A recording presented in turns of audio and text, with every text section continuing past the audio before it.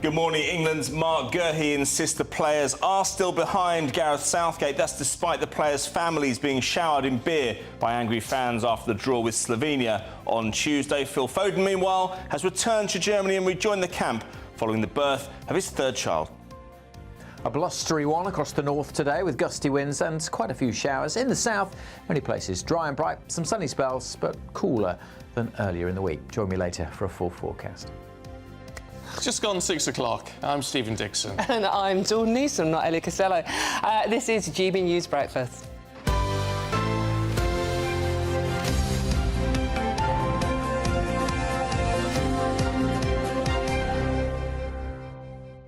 Morning to you. Did you know that apparently Generation Zers... Right. That's anyone born after 1997, apparently. I nearly make it. I nearly make that category. Yeah.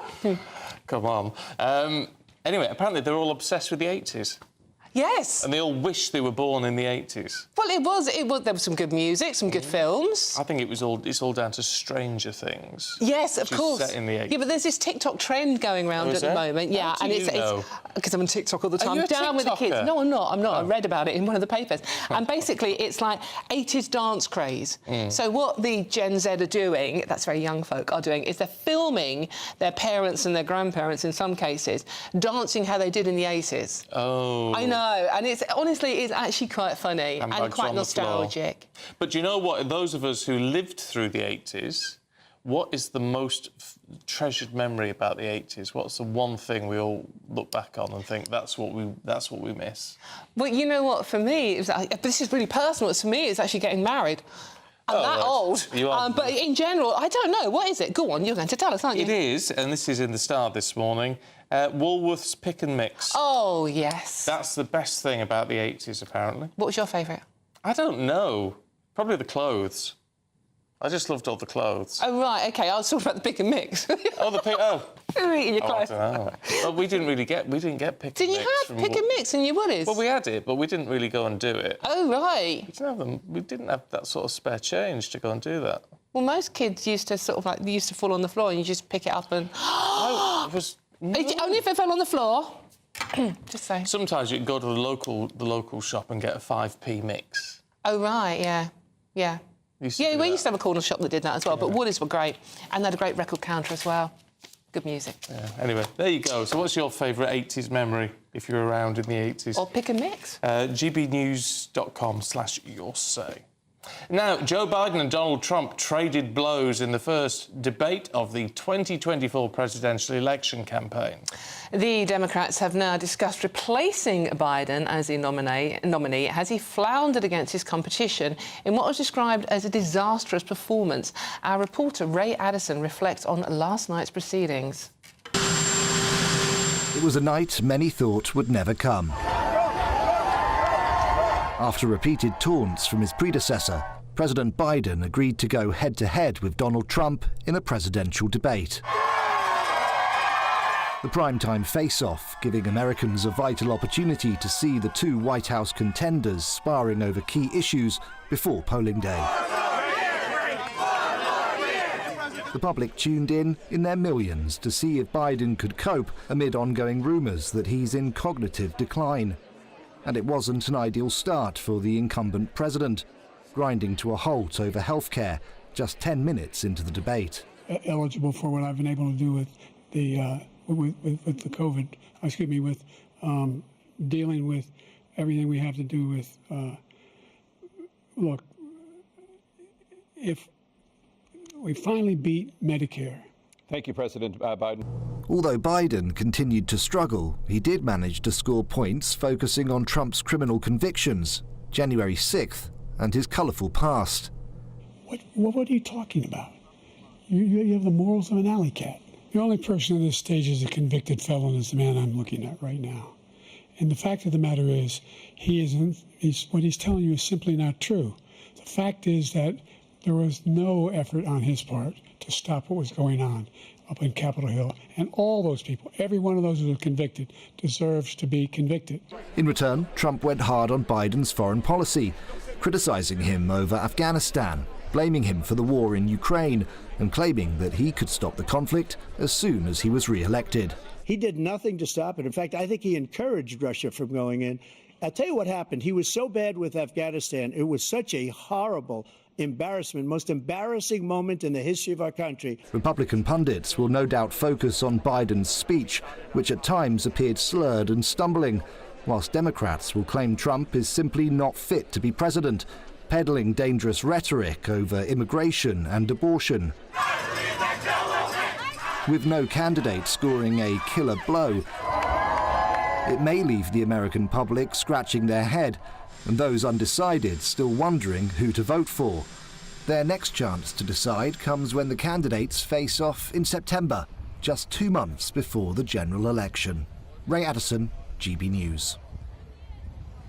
Well, joining us from Washington is our US correspondent, Stephen Edgington. Good to see you this morning, Stephen. And look, I mean, when you look at the analysis of all of this, it's Biden performs poorly, Trump lies endlessly. I mean, it's a lose-lose, isn't it?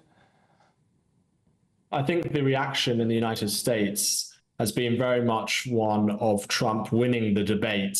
CNN conducted a poll where I think 67% said that Trump won the debate. And we actually did some interviews. We were at a watch party, and even Biden voters were saying, look, Trump did very well here. Biden came across as old. He stumbled on his words constantly, and Trump really took advantage of that. And we also saw a different Trump to what we saw in 2020.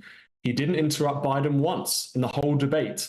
Biden was actually the one trying to interrupt Trump at various points. He obviously couldn't because of the CNN rules where they turned off their mics when the other candidate tried to interrupt. So I think the reaction here in the US has been very much, as I said, Trump has done very well out tonight, and the Democrats are in chaos. Many of the more liberal media organizations here in the US are describing absolute terrible scenes in the Democratic Party. They're even considering maybe replacing Biden following this terrible performance in this debate. Stephen, is this going to shift the dial in any way, shape or form, though? I mean, most people watched last night, early hours of the morning in the UK, just to see how Biden would perform. I was watching to see whether he could actually get through an entire debate stringing a sentence together, and I hate myself for thinking that, but I wasn't listening to really what he was saying. But I personally thought he performed better than I was expecting him to perform. I think that it does matter, and I think this debate could shift the dial, particularly, as I said, amongst the Democrats, who, as they're considering whether to choose him as their candidate ahead of November, they'll be looking at this performance, and I think many of them will be thinking he just is too old to be president. And I know you said that you were impressed by him. I think that many other people saw these gaffes and these moments, particularly his closing statement, where he could barely get through his lines. I think there was a whole minute and a half of him basically spouting pretty much gibberish. And I think people will look at that and say, how can this man be president of the United States for another 4 years? Stephen, there's only 3 years between the candidates. Well, Biden's 81, Trump is 78, isn't he? So there's only 3 years difference age-wise. Surely the same applies to both men. Absolutely. I think that there has also been focus on Donald Trump's age as well. And you're right to mention that. He is 78, of course. However, if you look at the difference in the two men's performance tonight, I think there is a stark contrast. Trump was energetic. He was, I think, very charismatic. He was funny. He had his own moments. He was rambling as well. I think there are points where Trump certainly didn't come great. Sometimes he wouldn't answer the question. Sometimes, as I said, he would ramble on a little bit. But I think in terms of the energy and the charisma and the articulate nature of each candidate, Trump very much won. OK, Stephen, we'll leave it there. Good to see you this morning. Thanks very much indeed. Right, let's turn our attention to politics over here, actually. Reform UK facing criticism after a campaigner was caught making racial slurs about the Prime Minister. Separately, an activist was also found to have made homophobic comments. Their views were caught on camera by an undercover journalist from Channel 4 News while campaigning for Nigel Farage. Well, Reform UK said those making unacceptable comments will no longer be part of Mr Farage's campaign. Joining us now is political commentator Andy Williams to tell us more about this story. I mean, it's a bit of a shocker. It's the front page of a couple of newspapers today, and Farage is saying, look, you know, these people have nothing to do with the party, but they clearly are. Well, I think the reality is that, I think there's two dimensions here. The first is that Reform is a very, very new party, and therefore it's an unprofessional organisation. It's, major parties that have been around for a long time have a way of weeding these people out, I think. That's the first thing. The second is that people like this will gravitate. People on the right and the hard right will gravitate towards the most right-wing viable party in any election, and that's Reform. Now, I don't think it's fair to say that Reform is a racist party or a homophobic party, but there is a reason why racists and homophobes are gravitating towards Reform. Yeah, but, and that's because...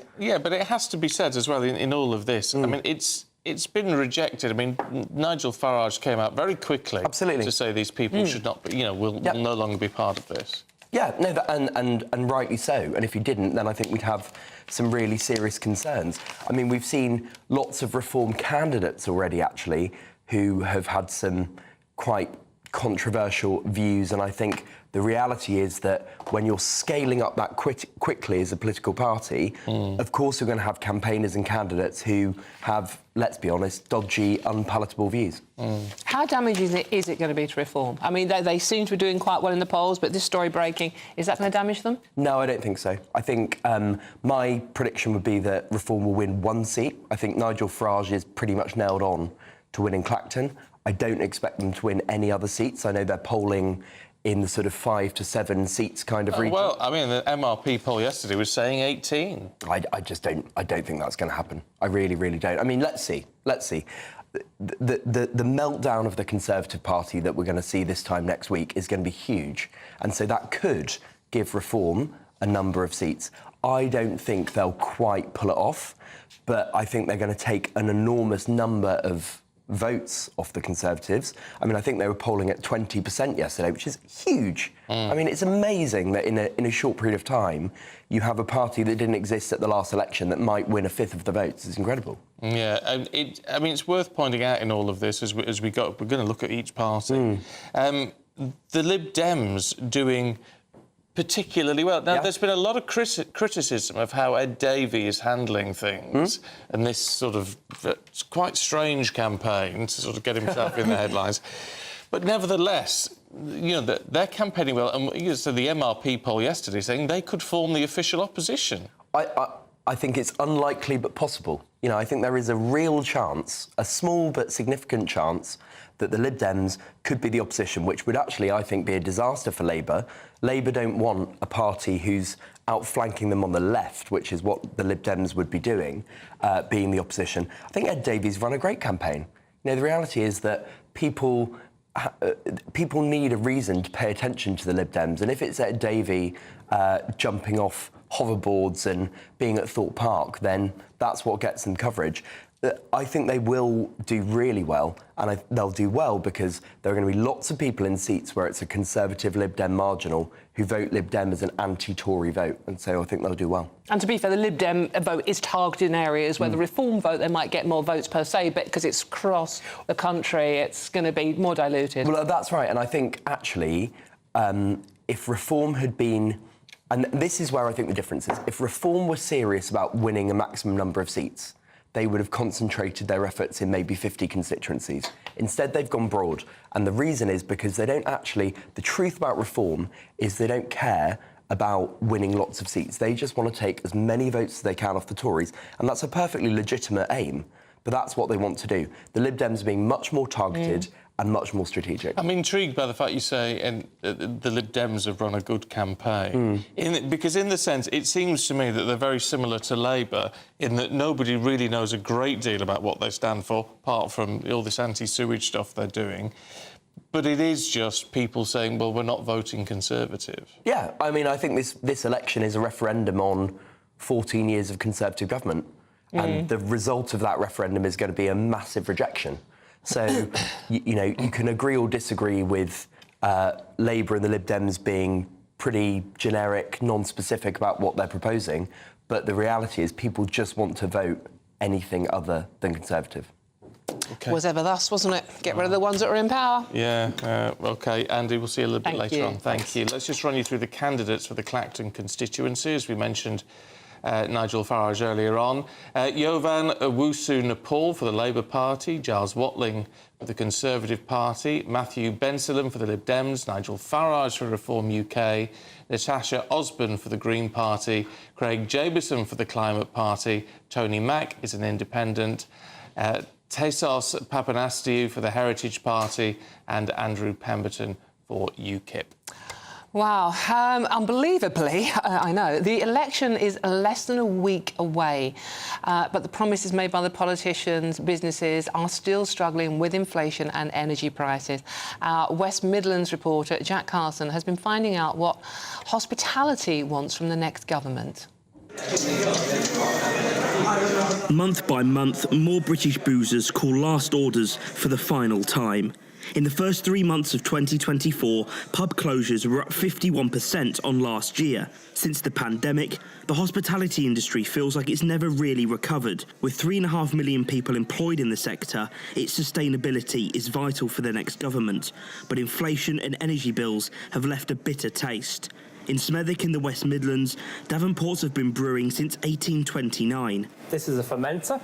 This is where all the sugars that are from the wort after the boil are transferred, cooled down to a suitable temperature for the yeast, and the yeast then converts those sugars into alcohol and carbon dioxide.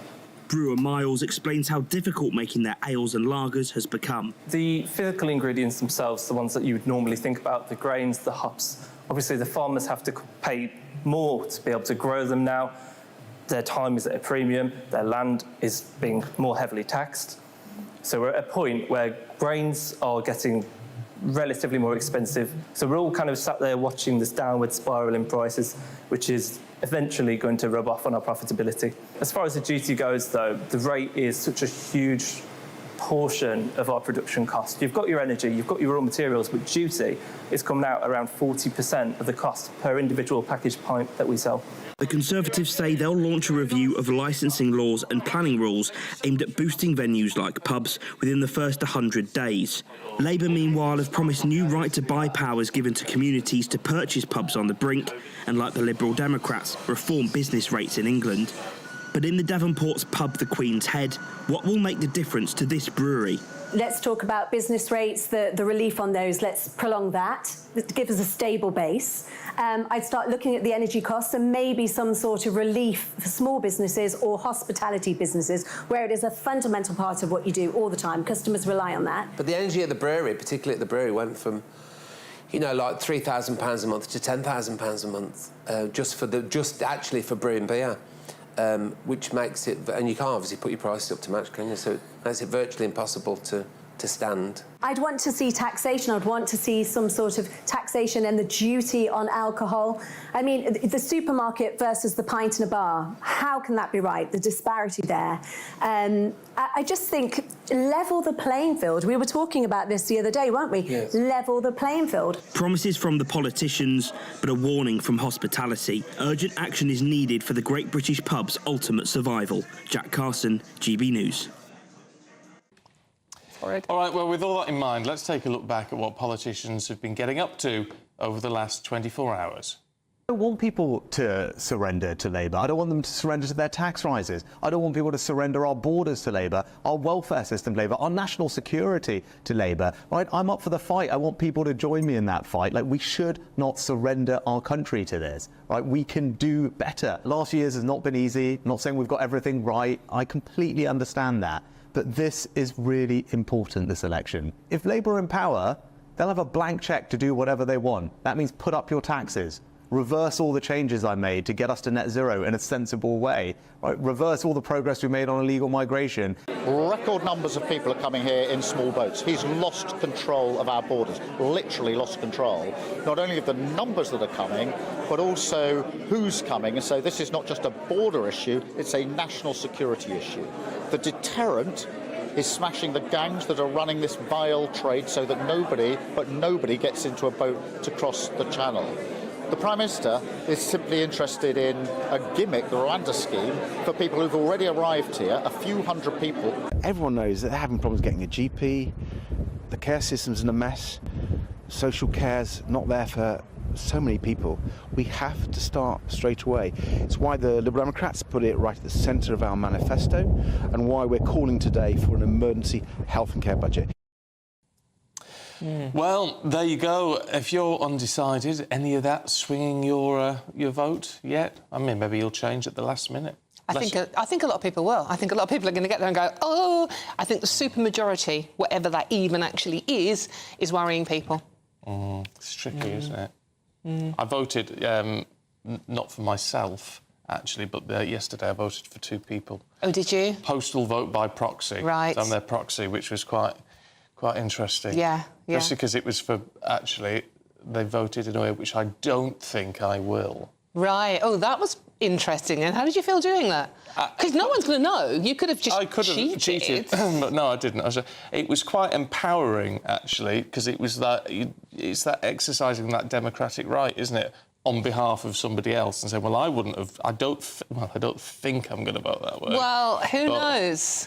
But just thinking, right, that's what they want to do. So it was quite empowering, actually. Well, good for you. Yeah. There you go. Yeah. Shall we find out how empowering the weather's going to be I think today? we're going to Yeah. Fingers crossed. Alex Deakin?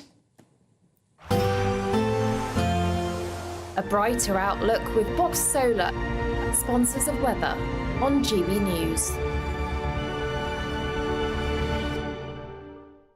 Morning, welcome to your latest weather update from the Met Office here on GB News. A blustery day across the north today with quite a few showers around, although not as wet as yesterday. For much of the south, dry and fine, although quite a bit cooler than it was earlier in the week. Certainly feels pretty cool with the frequent showers packing in across the Highlands and the Northern Isles.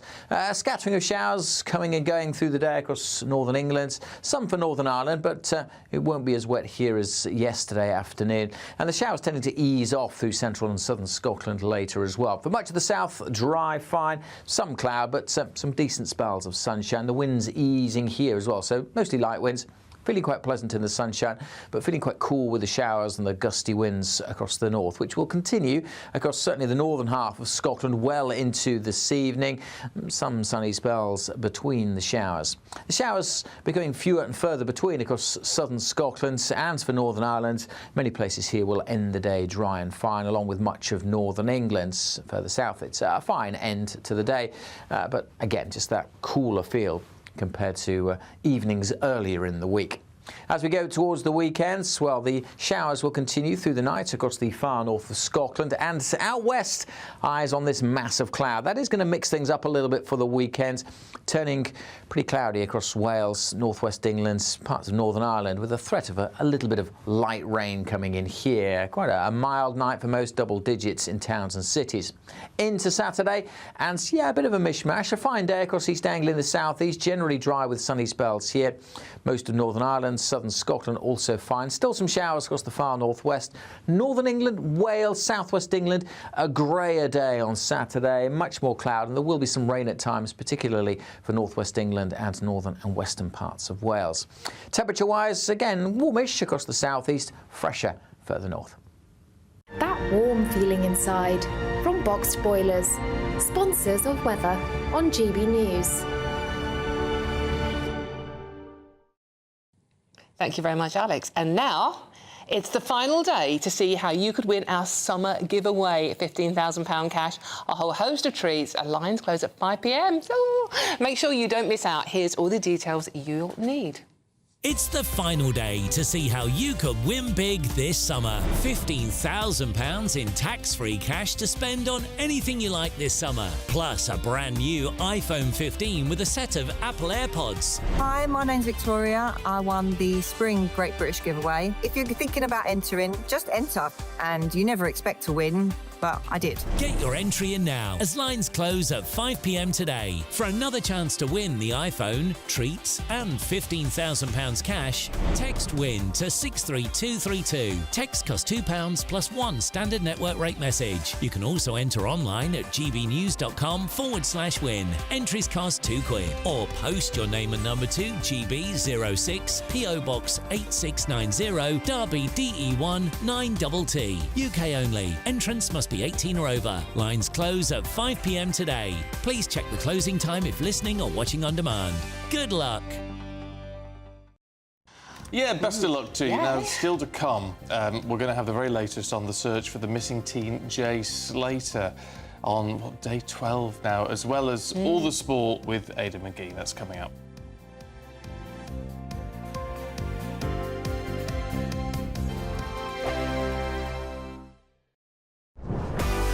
This is GB News, and we are Britain's election channel. This vote may seem to be about the politicians and the media, but it's actually about you.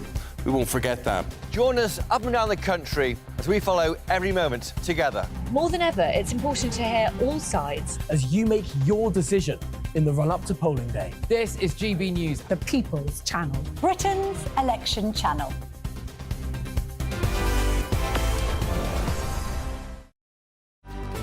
Good afternoon, Britain. Your lunchtime update on the stories that matter across the UK. From breaking news and insightful analysis, inspiring stories and lively debates. You're comparing yourself to a former Prime Minister. Which is it? Stay informed, stay updated, stay entertained. I just don't know how anyone would not want to be there. Every weekday from midday. We are Good Afternoon Britain, only on GB News. Britain's news channel. On election night, we are throwing a party. The GB News Election Night Watch Party will be live from Essex and you are all invited. On air from 10 o'clock, we'll have familiar faces from across the channel, entertainment and lots more stuff as we keep our eye on all the results as they come flying in. If you want to join our live Election Night Watch Party audience, scan the QR code on screen or go to gbnews.com/election party.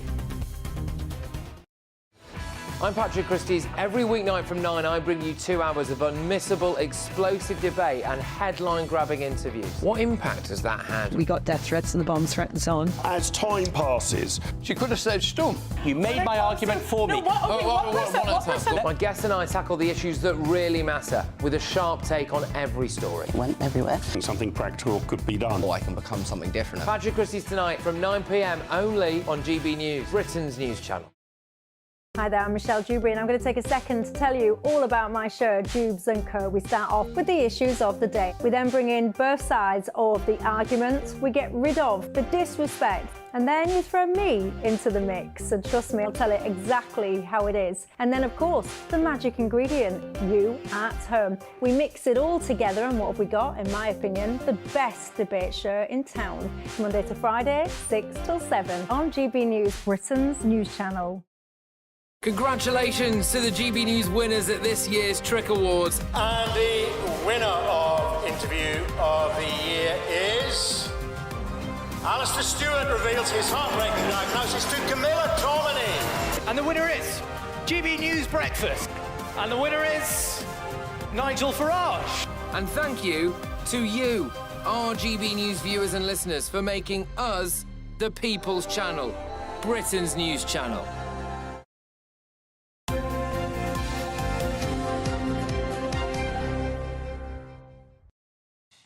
Now, police in Tenerife fear that missing teen Jay Slater may never be found as emergency services focus their search on a remote part of the island. Meanwhile, the mother of the British teenager says some of the money raised by a crowdfunding appeal will be withdrawn to help with the search. Well, so far, that's raised almost £40,000.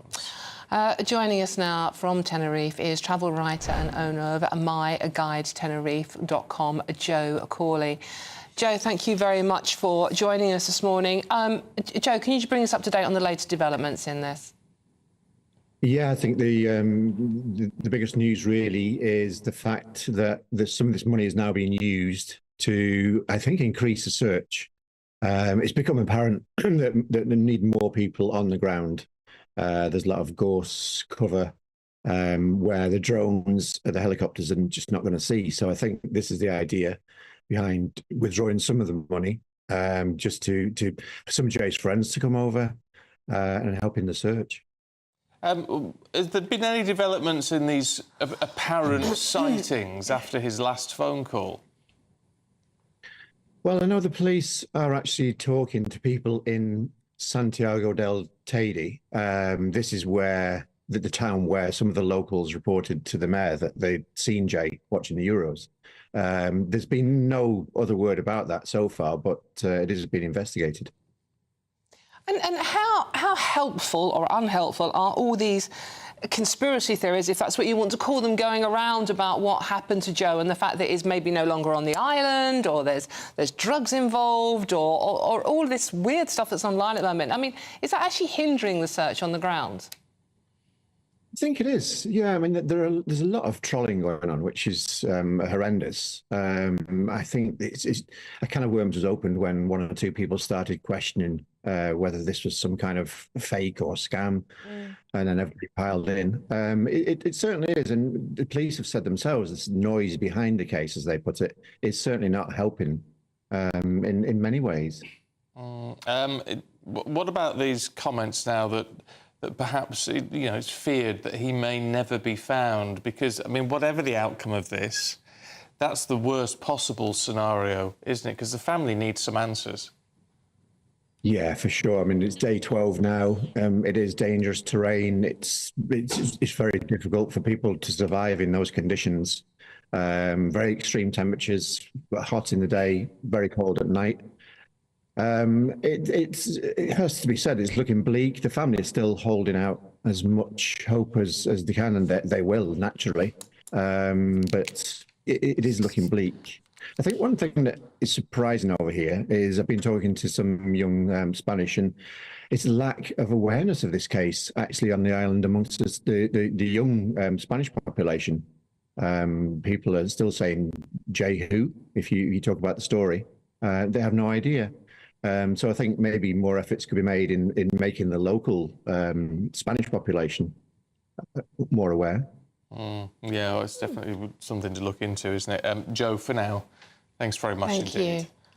That's really interesting, considering how much coverage it's getting over here. The fact that the youngsters, it could be very helpful in this case, at the same club as Joe. It's a British team, though, isn't it? And you do wonder, over there, is it that relevant to someone goes missing on the island? I don't know how common an occurrence it is. Well, no, but obviously we have an interest. Perhaps over there it just isn't that big a story. Yeah, but these were kids that were maybe out clubbing with him, that are in the same circle. Oh, God, who knows? It's horrible. In any case, I mean, thoughts with his family that they do get some kind of answer. Yeah, well, you hope so, don't you? Yeah. Right, let's move our attention away from that and on to sporting matters. Aidan McGee is here. Good morning. Good morning to you both. What about all this pressure then on Gareth Southgate ahead of Sunday? Well, you can understand it, can't you? I mean, they've not impressed in the group stages. Yes, they got through on 5 points, but there are such eerie similarities to 2006 and 2010 here. They struggled through the group stages both those occasions. There was a golden generation, much was expected of those players and those performers who were fantastic at club level but just couldn't quite repeat their form at international level. I said last weekend to you that I felt that now with the pressure on England, that's beginning to tell a little bit. And I just find it difficult to believe, Stephen, that you can just switch a gear from 3 lacklustre performances in the group stages to suddenly raising it a few days later in the knockout stage when you're playing against Slovakia, who are going to be very similar to what England have faced so far in the group stages. Now, one of the success stories of the group stage is Mark Gurhey, the Crystal Palace defender. He was brought in because Harry Maguire was unavailable, and he's been speaking yesterday in Urfa in the camp, just giving his backing to Gareth Southgate. Let's have a listen to him now. Been fantastic. I think if you look at his record, speaks for itself. Everyone's behind the manager, that's for sure. We've got a really close, tight-knit group, just focused on the next game, and I think everyone's just really appreciative of the manager, especially me. Him giving me my debut for England, him showing so much confidence in me. I'm really grateful, and I'm sure the rest of the team is as well. So he's been absolutely outstanding in the group stages. An interesting line yesterday, they asked him in the media conference whether his dad's going to be watching. His dad is a church minister in Lewisham, and he's unlikely to be able to watch or go to Germany because he's hosting Mass on Sunday. And Mark Gurhey said God comes first, so he might not be able to watch him. Oh, bless him. But look, as I say, he's been absolutely fantastic. He also revealed yesterday they've been practising penalties in the build-up. They're not thinking about penalties necessarily. Hopefully they won't need them. but they're going to have to be practice. practicing a bit of cohesion. Oh, without doubt, without doubt. The thing is, I mean, he is going to say, bless him, he's a great little player, but he is young and this is his debut, isn't it? He is going to say, you know, the manager has their backing. Yes. But, I mean, you know, when you've got Harry Kane, the captain, giving an interview saying, we were lucky to get away with the draw, we didn't know what we were doing, paraphrasing, but that's literally what he said. I know. There's got a lot of work to do between now and Sunday afternoon. And there's a little bit of hostility towards the team as well. I mean, the stories emerged yesterday that on Tuesday there was beer and there was pints chucked from fans aiming towards the bench, but caught in the crossfire with some of the players' families, which we don't want to see. No. But it does give you a little bit of an insight into just how hostile the atmosphere is right there now. So I've got family members over there at the moment, and they're telling me that the atmosphere isn't particularly good among the supporters. And I said last week they need a performance. We didn't get it, Stephen, on Tuesday. They looked listless, they looked short of ideas. They improved a bit after the second half, and I just don't think Gareth Southgate is the kind of manager who's going to make wholesale changes, and they've got this huge risk with Luke Shaw now. He's the guy who makes the plan work because he's on the left-hand side. He's a natural left-back they don't really have in the squad right now. Problem is he hasn't played competitive football since February. It is a huge risk to throw him in because who knows if he's match fit. You can't tell if he's match fit until he's played a game. We won't find out until Sunday if he plays. It's a huge gamble. Maybe that's the gamble Gareth Southgate is ready to take. Yeah, maybe. Can we have a look at Andy Murray talking about taking a gamble? He just hasn't decided yet, has he? He's not giving up, has he? Well, no, he hasn't, but... I mean, he's got to make a decision soon about. He's got to make it today. He's got to make it today. Yeah, because the draw is today. Novak Djokovic in a similar position as well, but he expects to be part of the draw. Andy Murray had some slight back issues last week, which he's had corrected, and we think it's more likely that he'll take part in the doubles alongside his brother Jamie. I think it's a bit of an ask to play in the singles, but nonetheless he's not giving up. He just wants that final farewell at Wimbledon. I don't think he has any compunction that he'll go on and win the thing. I mean, that would be extremely unlikely. In fact, I'd be surprised if he got past more than a couple of rounds. But I think he just wants to say goodbye to the Wimbledon crowd. What he achieved, Stephen, back in 2013 and 2016 was so astounding. I never thought I would see a men or women's Wimbledon champion back in the day. It's one of those things I never thought I'd see a British 100-metre champion. You know, I'm still waiting on an England World Cup win in the football. But I remember 1966. Do you really? Do you actually remember it? Not quite, no. but you know, nearly. I mean, that was the last time. Oh, the girls have done well. Yes, the ladies have done well. They have indeed. So we'll see. He's got to let them know today to be in the draw. We think Novak Djokovic is going to be in it, and the tournament's underway, of course, next week. OK. Have we got time for anything else? Just to mention on the cricket, I think, England suffered a humiliating loss at the hands of India at the semi-final of the T20 World Cup in Guyana. They started pretty well, but India's batsmen are just so formidable. We saw that in the Test last summer. They were absolutely brilliant, and they wiped England away. They were set 172, and they dismissed England for 103 in 16.3 overs. Sorry, 16.4 overs, and India will now face South Africa in the final. So I love this. We invent these games, we export them around the world, and everyone beats us. I know. I mean, it's just, how do we even do that? I mean, it's a skill. I know. It is a skill. It is a skill. We should be on commission for it. Can't play ourselves, though, can we? We've got to let someone else play. Oh, yeah. Handy round. All right, Aidan, we'll see you a little bit later on. Don't go anywhere. We're going to be talking to the Education Secretary, Gillian Keegan, and then we'll go through the papers with Suzanne Evans and Shabab Mossavat. That's in a couple of minutes.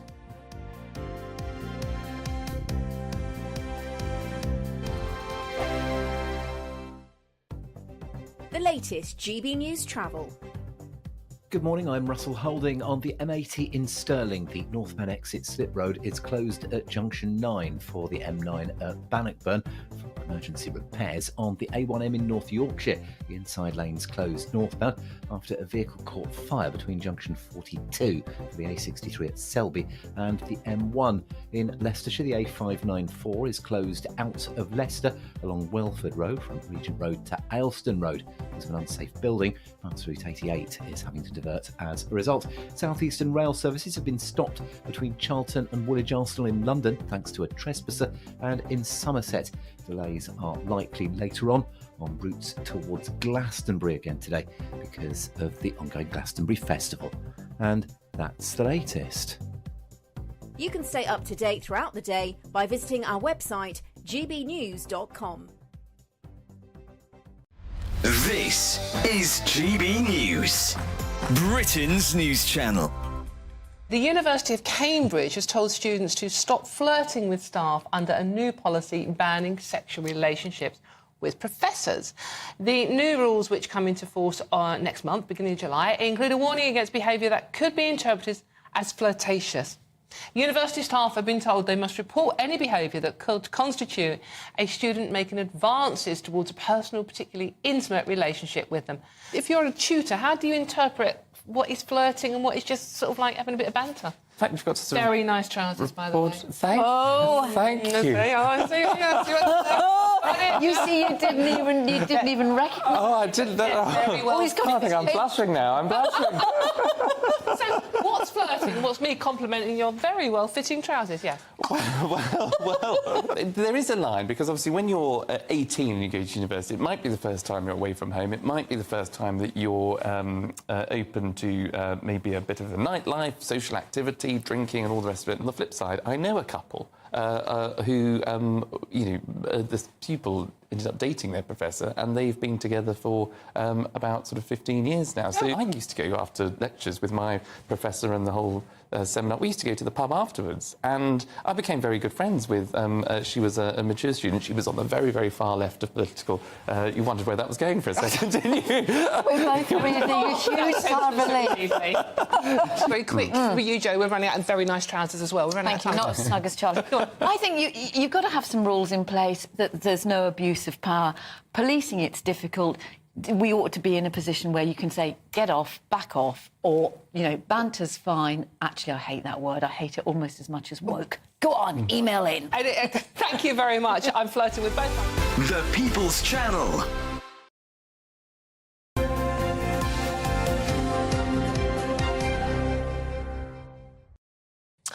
It's 6:42. Good morning to you. Let's see what's in the papers with political commentators Shahab Mossavat and political consultant Suzanne Evans. I get that right, hasn't I? Consultant. Yeah. Now we've changed it. Well, it's more like my day job, really. Well, and you got the matchy thing. I mean, in Ellie's absence, someone has to match with Steve. And Thank you, yes. I'm refusing to lower myself. It's a requirement. Right, good to see you both. Shahab, let's start with the TV debate last night, should we? The President... We just had our last one over here, so we thought we'd have an American one. What did you make of it all? Well, what I made of it was that President Trump was presidential. He was very on script. He was very disciplined. He stuck to his line. He didn't answer interrupt. a lot of questions. Well, no, he didn't. But that was actually, there was quite a lot of wisdom in that, because he allowed Biden to ramble and to lose track and to appear old and clueless, really. A lot of the time, if we go by the New York Post headline, he was just sad. Just sad.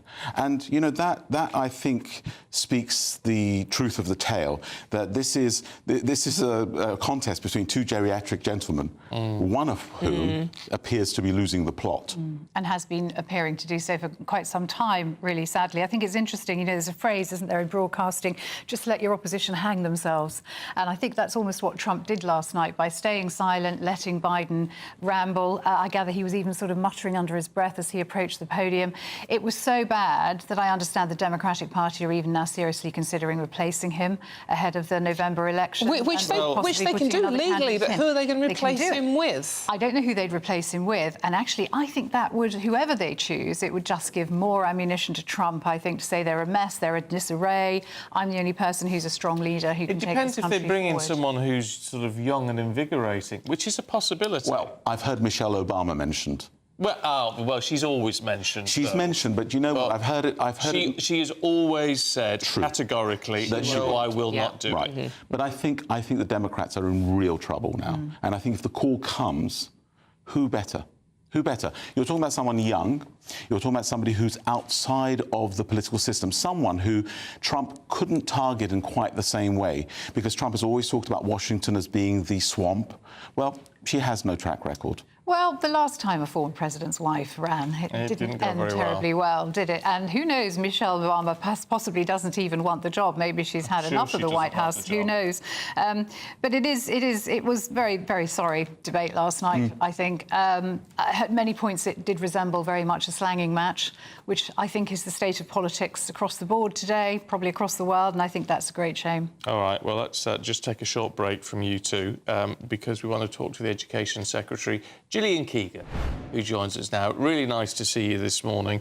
Morning, Stephen. I mean, look, we're talking about what's going on at stateside, which is quite depressing. It's equally depressing over here, isn't it? I mean, look, your Northern Ireland Minister, Steve Baker's lining himself up for the leadership job already, which sort of says he's expecting defeat.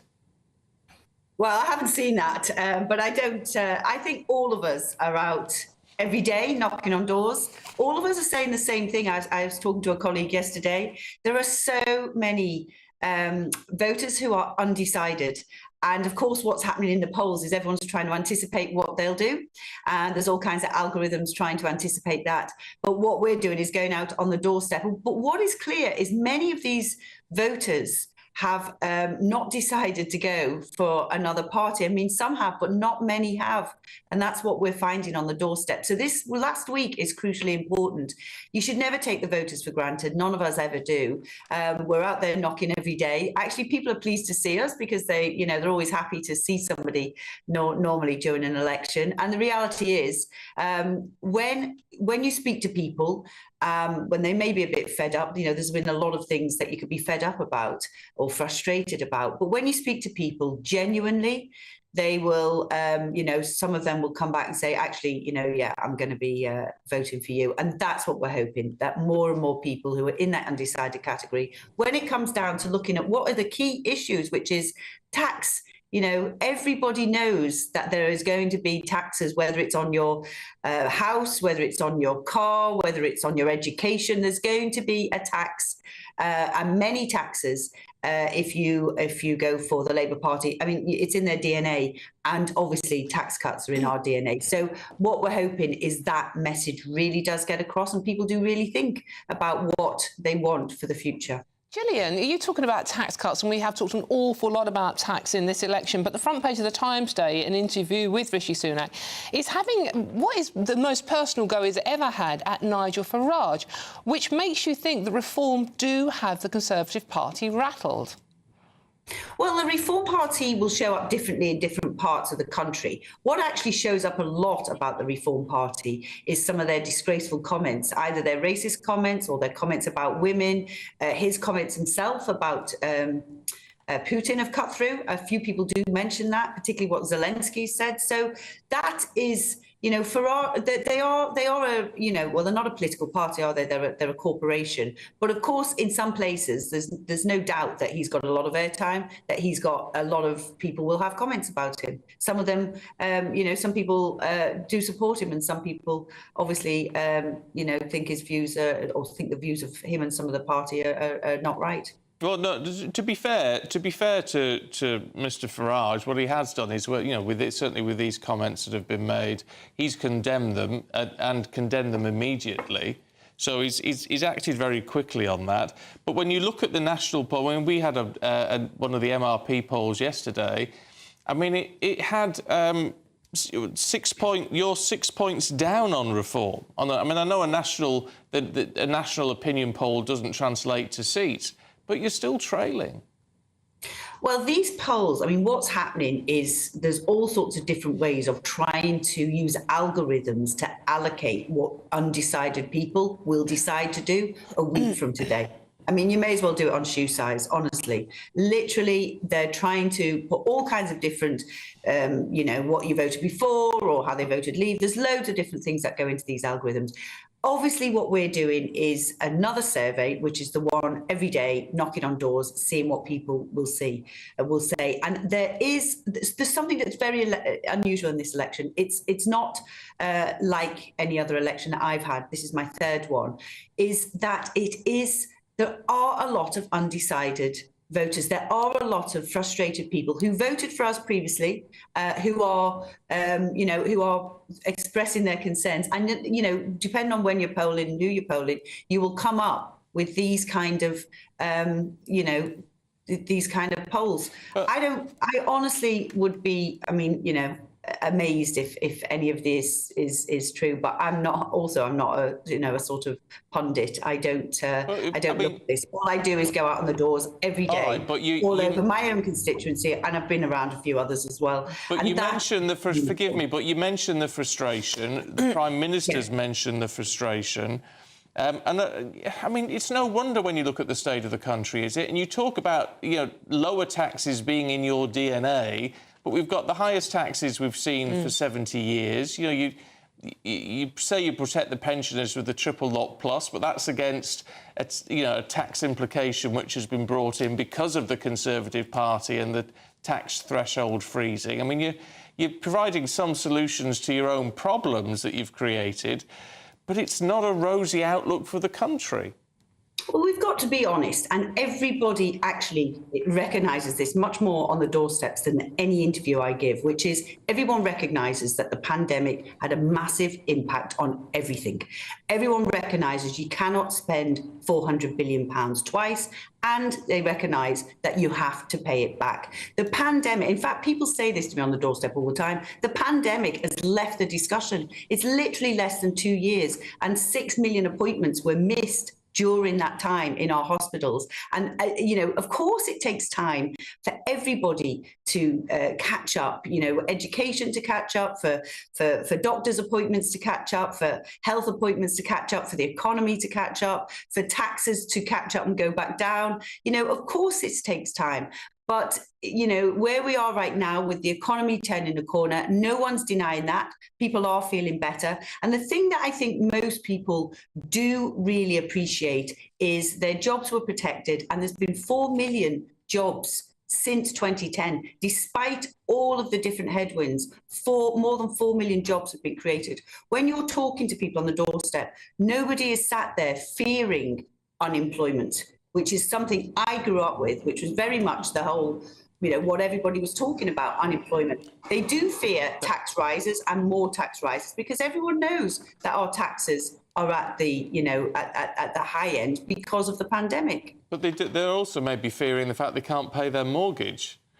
Which is a huge problem at the minute. I mean, Labour's quoting a survey this morning saying families, if you've remortgaged since the end of the pandemic, you're paying since Trussonomics, you're paying £211 more in mortgage payments a month. I mean, there are people who just can't afford their mortgages now. And that's under your... And whatever the circumstances, that's under your watch.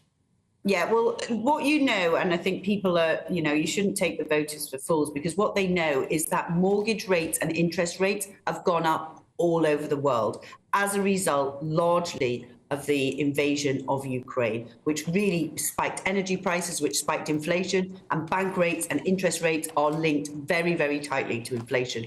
They know that. Even if you're not an economist, most people know that. They look at those rates and they look at them going together, which is why they know, with it coming down to 2%, that the bank rates will follow. In fact, the bank rates have started to follow even before the Bank of England. So, of course, I had to, my own mortgage was renegotiated. Actually, when I was renegotiating it, I looked at the old mortgage rate, which was 1.74%, which actually just struck me as unbelievably low. What I'd managed to get, the last time I'd done it. So, of course, there are big increases, particularly if you started at a very low rate. There was even lower rates than that in the market a few years ago. But everybody knows that if you go anywhere else in the world, they've had pretty much a similar spike in inflation and a similar spike in interest rates. And it was a spike that now is under control. OK. Gillian Keegan, we've got to leave it there. We're out of time. It's very good to talk to you this morning. Thanks very much indeed. Thank you very much. Well, what do you make of that? Do let us know, gbnews.com/your say. Is it time for the weather? Cheer us up. Hopefully cheer us up. Alex, what have you got for us? A brighter outlook with Box Solar, sponsors of weather on GB News.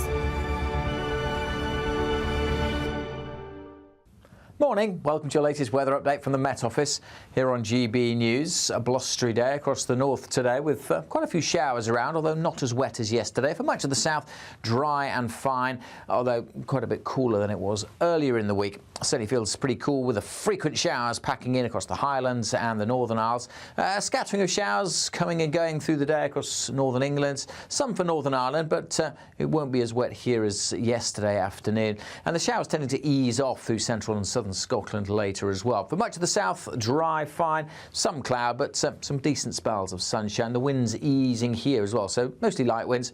Feeling quite pleasant in the sunshine, but feeling quite cool with the showers and the gusty winds across the north, which will continue across certainly the northern half of Scotland well into this evening. Some sunny spells between the showers.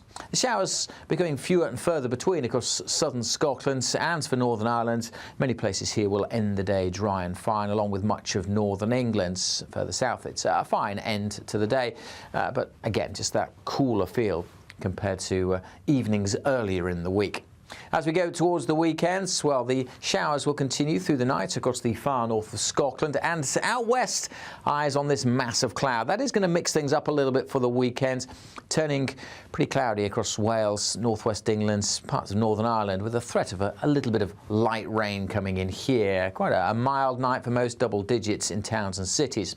Into Saturday, and yeah, a bit of a mishmash. A fine day across East Anglia in the southeast, generally dry with sunny spells here. Most of Northern Ireland, southern Scotland also fine. Still some showers across the far northwest. Northern England, Wales, southwest England, a greyer day on Saturday. Much more cloud, and there will be some rain at times, particularly for northwest England and northern and western parts of Wales. Temperature-wise, again, warmish across the southeast, fresher further north. That warm feeling inside from Boxed Boilers, sponsors of weather on GB News.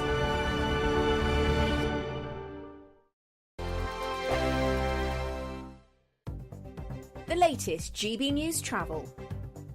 Good morning, I'm Russell Holding. On the M80 in Stirling, the northbound exit at junction 9 for the M9 at Bannockburn's closed for emergency repairs. Disruption is possible to some Calmap ferry sailings in Scotland this morning. Some sailings might be cancelled because of poor weather conditions. The A92 Tay Road Bridge and also the Forth Road Bridge are both closed to high-sided vehicles because of strong winds. And on the A15 along the Humber Bridge, there's a speed restriction of 30 miles an hour because of the winds. In Norfolk, the A134 is closed each way between Wirral and Stoke Ferry. Southeastern rail services in London have been stopped between Dartford and Deptford thanks to a trespasser, with some trains diverting via Bexley Heath. On the M26 in Kent, there are westbound queues approaching the M25 because of roadworks, and in Somerset, delays are likely later on roads towards Glastonbury. That's the latest. You can stay up to date throughout the day by visiting our website gbnews.com.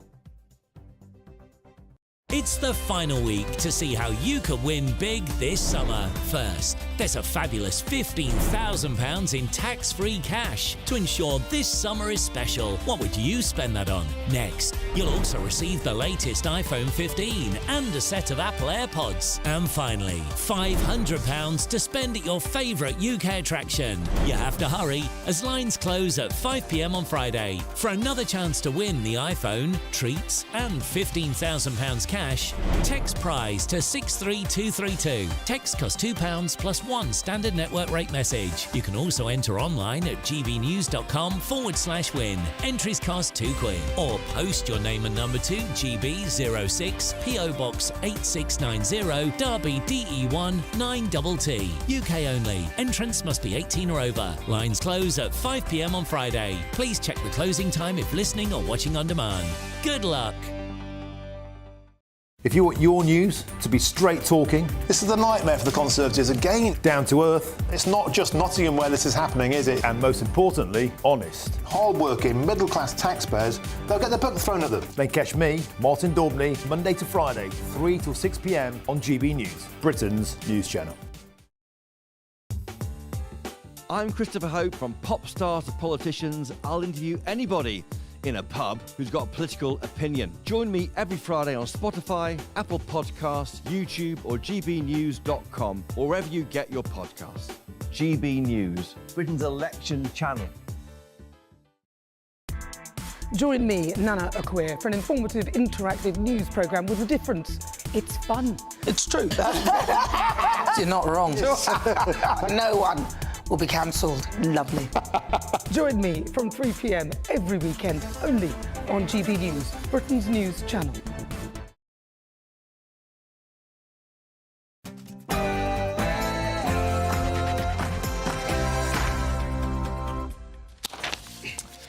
Good morning to you. Trump and Biden face off in the first US presidential debate. Joe Biden struggles to find his words as he flounders against his competition as Democrats call to replace him. Well, the debate turned nasty. The current president dubbing Donald Trump a convicted felon with the morals of an alley cat. To be fair, that's a good line. As Trump accuses Biden of helping Russia invade Ukraine. Also this morning, reform racism claims. A reform campaigner is filmed making racist comments about the Prime Minister as another activist is caught using homophobic language.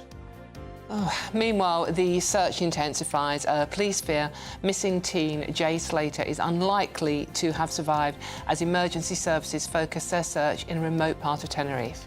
And should fewer women be given jail sentences? We'll debate that later in the programme. Good morning. England's Phil Foden has returned to Germany and rejoined the Three Lions Euros camp after the birth of his third child. But will he start against Slovakia on Sunday? Elsewhere, Andy Murray still hopes to take his place at Wimbledon next week. And Anthony Joshua says he won't wait forever for a showdown with rival Tyson Fury. A blustery one across the north today with gusty winds and quite a few showers. In the south, many places dry and bright, some sunny spells, but cooler than earlier in the week. Join me later for a full forecast. It's just gone 7 o'clock. I'm Stephen Dixon. Good morning, and I'm Dawn Neeson, and this is GB News Breakfast.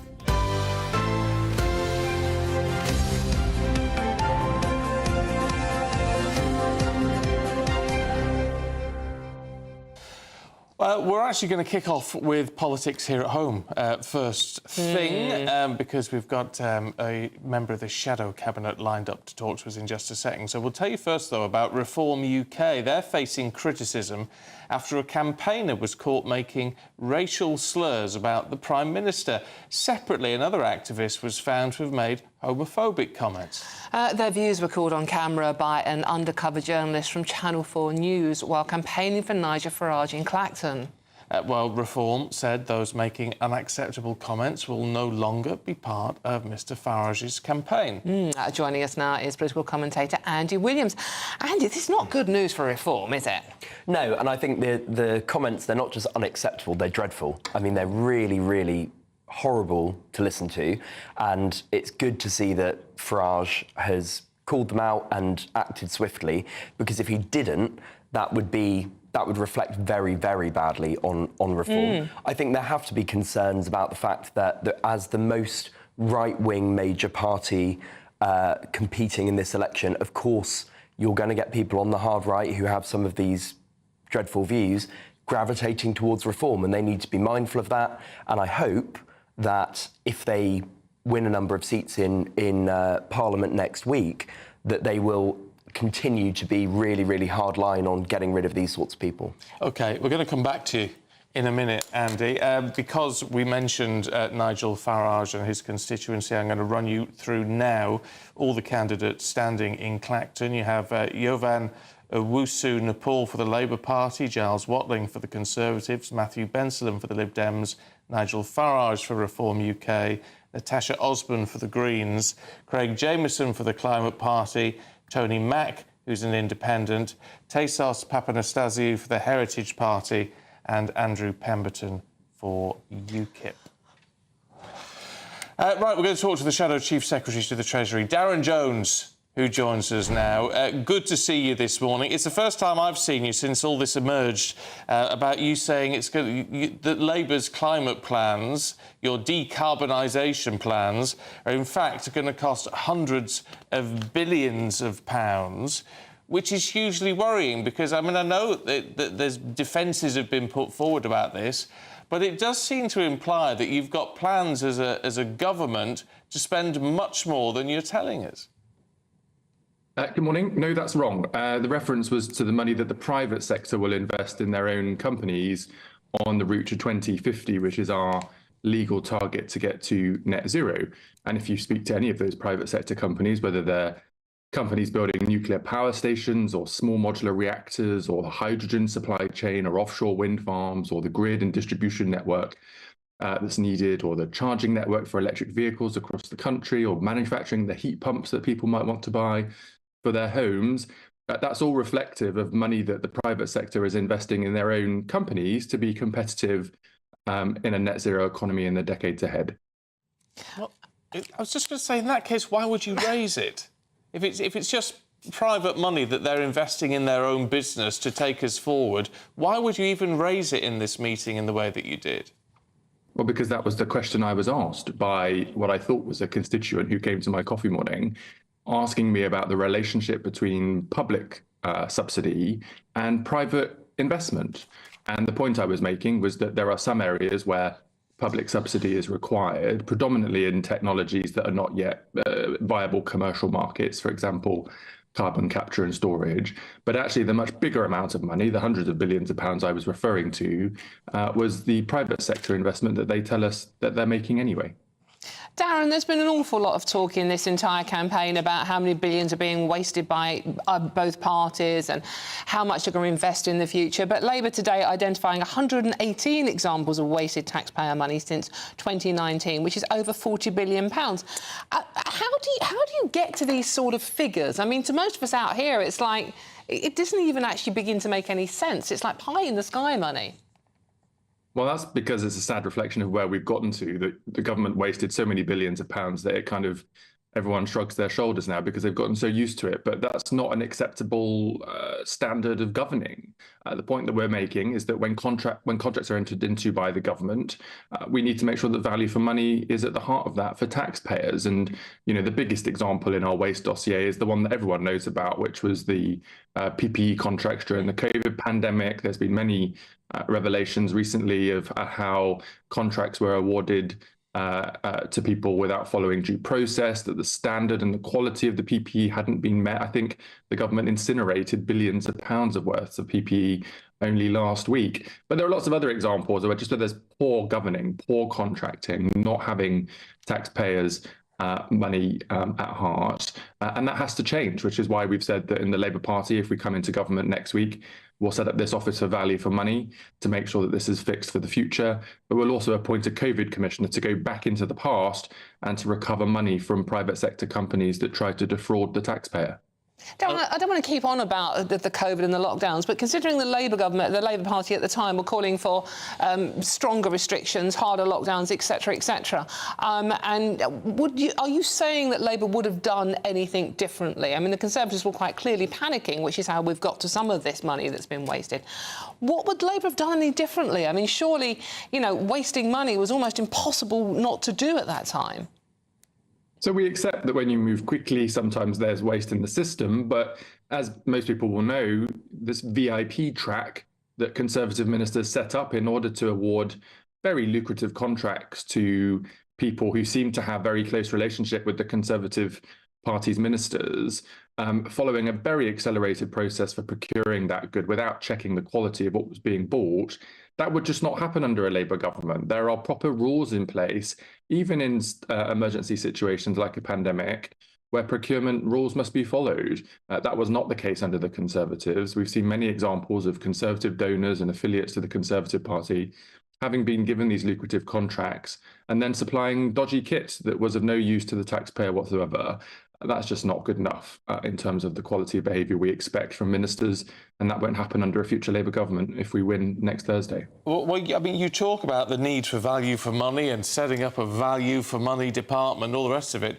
I mean, the biggest problem you're going to have in value for money is the NHS, and surely you've got to turn around. I mean, I know that you've talked about some reform in the NHS, but the last thing you need to do is be throwing tens of millions of extra pounds into that, surely, when we all know there's a lot of room for improvement in how the NHS operates. Yeah, you're absolutely right. There's a huge amount of reform and modernisation that's needed to our National Health Service. I'm sure every time you speak to my colleague, our Shadow Health Secretary, Wes Streeting, he will talk to you at length about his plans for modernising the delivery of health services across our country. It's the same for other public services as well. So you're right, the value for money is not just about not investing, but it's about investment and reform. You need to make sure that taxpayers' money is delivering the services that people expect, and where that's not the case, be bold in modernising and reforming the service to get it into ship shape. You've got quite a long way to go, though, haven't you, in terms of Labour's reputation with public finances? Because when it comes to who we trust with our money, I mean, historically, your track record is not great. Well, I mean, I would refute the basis of the question, but I would also point to public polling, which for some time now has shown that the Labour Party has been ahead of the Conservative Party for being the most trusted party on the economy, and that our Shadow Chancellor Rachel Reeves has been leading Conservative Chancellor Jeremy Hunt as the person most capable of stewarding the economy going forward. So the Labour Party has a stronger relationship with the public today than any other party about managing the economy and making sure that taxpayers' money is used well. And of course, we will make sure that's the case if we win the election next week by delivering that in office. One final question. We know that Labour aren't going to touch the big three taxes they keep going on about. What about the other 12? Can you give us a cast-iron guarantee that they will be left, or are you going to interfere with those? You have to raise money from somewhere. Where's it coming from? Sure. So all the policies in the manifesto are funded by a number of tax loophole changes that we will have spoken about before on your show: private school fees, non-DOMs, the windfall tax on the oil and gas industry, investing in capabilities at HMRC to tackle unpaid tax bills, which raises the billions of pounds that we need to fully fund all of our fully costed policies in the manifesto. The reason we've made the commitment not to increase income tax, national insurance and VAT is because the tax burden is the highest it has been for 70 years. And we don't think people are able to pay more in tax right now, especially in the middle of a cost of living crisis with inflation still higher than we would like it to be. So that's why we've made that commitment not to increase those taxes. We have no plans to raise any other taxes because we don't need to. Our manifesto is fully funded and fully costed on the way that is set out in those fiscal pages at the back of the manifesto, if anybody wants to go and have a look at the maths. OK, Darren Jones, appreciate your time this morning. As always, thanks very much indeed. Let's see what Andy Williams makes of all of that. Well, I think you had waste, sleaze and chaos as the strapline on the screen. I think that's a really neat summary of the last 14 years and certainly the last 8 years of Conservative government. I think Darren Jones is spot on. You know, Labour do have a plan to run the economy in a much better, much stronger way. Yes, they will have to raise some taxes that they're not talking about. I think, let's be honest, inheritance tax is probably going to have to change. I think capital gains tax is going to have to change. But in terms of the taxes that most of us, most people who are watching this programme day to day pay, there's been a cast-iron commitment not to raise them. But all this sort of like, you know, the non-DOMs, the VAT on private schools, I mean, several studies have proven that they are not going to make enough money that they need. They're not. So someone along the line is not being completely honest about where this money is coming from. I personally, as somebody who thinks a Labour government is exactly what we need and is the right thing to do in a week's time, I would have preferred Labour to be a bit more honest, in fact, be much more honest, be completely explicit about the taxes they're going to raise, because they have a sufficient lead to be honest and to still win.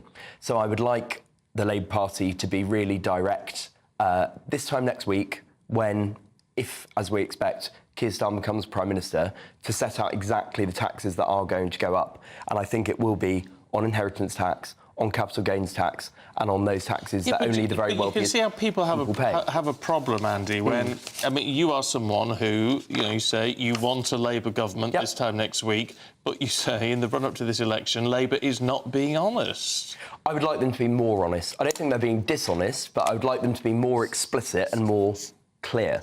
I think But they're being dishonest if they say, by your own admission, saying that it's fully costed on these closing these tax loopholes. I mean, you say... Well, no. I think all of the policies in the manifesto are fully costed. I think the reality is there's going to be more investment needed than is in the manifesto and more money needed to be spent. If you look at, you mentioned the NHS, for example. The NHS, the reality is, needs a lot more money than Labour is saying it needs. Therefore, taxes are going to have to be raised. But if you look at, for example, the Conservatives are saying they're going to raise £6 billion by just collecting taxes more efficiently. I mean, that's not reality. That's not reality. Well, look, Only another 6 days to go. Just someone be honest. Just when you ask a question, just give us an honest answer. Yeah. Well, please. Let's take a look back then and see if we've got any honest answers from the politicians in the last 24 hours. I don't want people to surrender to Labour. I don't want them to surrender to their tax rises. I don't want people to surrender our borders to Labour, our welfare system to Labour, our national security to Labour. Right? I'm up for the fight. I want people to join me in that fight. Like, we should not surrender our country to this. Right? We can do better. Last year's has not been easy. I'm not saying we've got everything right. I completely understand that. But this is really important, this election. If Labour are in power, they'll have a blank cheque to do whatever they want. That means put up your taxes. Reverse all the changes I made to get us to net zero in a sensible way. Right? Reverse all the progress we made on illegal migration. Record numbers of people are coming here in small boats. He's lost control of our borders, literally lost control, not only of the numbers that are coming, but also who's coming. And so this is not just a border issue, it's a national security issue. The deterrent is smashing the gangs that are running this vile trade so that nobody gets into a boat to cross the channel. The Prime Minister is simply interested in a gimmick, the Rwanda scheme, for people who've already arrived here, a few hundred people. Everyone knows that they're having problems getting a GP, the care system's in a mess, social care's not there for so many people. We have to start straight away. It's why the Liberal Democrats put it right at the centre of our manifesto and why we're calling today for an emergency health and care budget. Right, make your mind up about all of that. You've got 6 days. Oh, God, still. Oh, and then, make it stop. You're one of the undecided, which, I mean, that's the problem with this. And I do think Gillian Keegan made a valid point when talking about the polls and saying, well, there are so many undecideds that it's very hard to call it. However, it's not a very positive sign for any of the political parties that so many people can't work out which one to plump for. Isn't it a sign? I mean, a sign that a lot of people are just going to vote against the ruling party but not actually vote for another party to come in. Well, anyway. I just want someone to be honest. Just be honest. If I ask you a question, you're going to tell me an honest answer, aren't you? Well, yeah. Be a politician. Right, let's go to the other side of the pond, should we? Because Joe Biden and Donald Trump traded blows in the first debate of the 2024 presidential election campaign, which aired on CNN. The Democrats have now discussed replacing Joe Biden as a nominee as he floundered against his competition in what was described as a disastrous performance. Eligible for what I've been able to do with the with the COVID, with dealing with everything we have to do with. Look, if we finally beat Medicare. Thank you, President Biden. Well, the pair traded blows as well over the January 6th riots. The only person on this stage is a convicted felon is the man I'm looking at right now. And the fact of the matter is, what he's telling you is simply not true. The fact is that there was no effort on his part to stop what was going on up in Capitol Hill. And all those people, every one of those who were convicted, deserve. Meanwhile, Biden took Trump to task over his hush money trial, taking a dig at his character. What are you talking about? Well, that's as Trump insinuated that Biden was too weak to prevent Vladimir Putin's invasion of Ukraine. He did nothing to stop it. In fact, I think he encouraged Russia from going in. I'll tell you what happened. He was so bad with Afghanistan. It was such a horrible embarrassment, most embarrassing moment in the history of our country. Well, if you think our politics are mad, hey, go to America. GB News reporter Ray Addison joins us now to explain what America witnessed last night with one of those who's going to lead their country come November. Yeah, it's an interesting one. I think for Democrats, this debate marks a sort of a line of demarcation. You know, everything that came before it will be forgotten, and we're moving forward now in the new reality. And I think the new reality that we seem to be seeing from Democratic commentators and others, donors too, is that what Joe Biden did last night was simply not good enough. I tell you what, Donald Trump played a fairly clever game, though. He wasn't his usual bombastic self, and that worked quite well. Well, it's interesting because that was one of the rules that Joe Biden put into place, that the microphones had to be muted in between, and he thought that would be to his advantage. But either Donald Trump is, intelligent enough to figure it out for himself, or he's got some excellent advice. He played it to his advantage.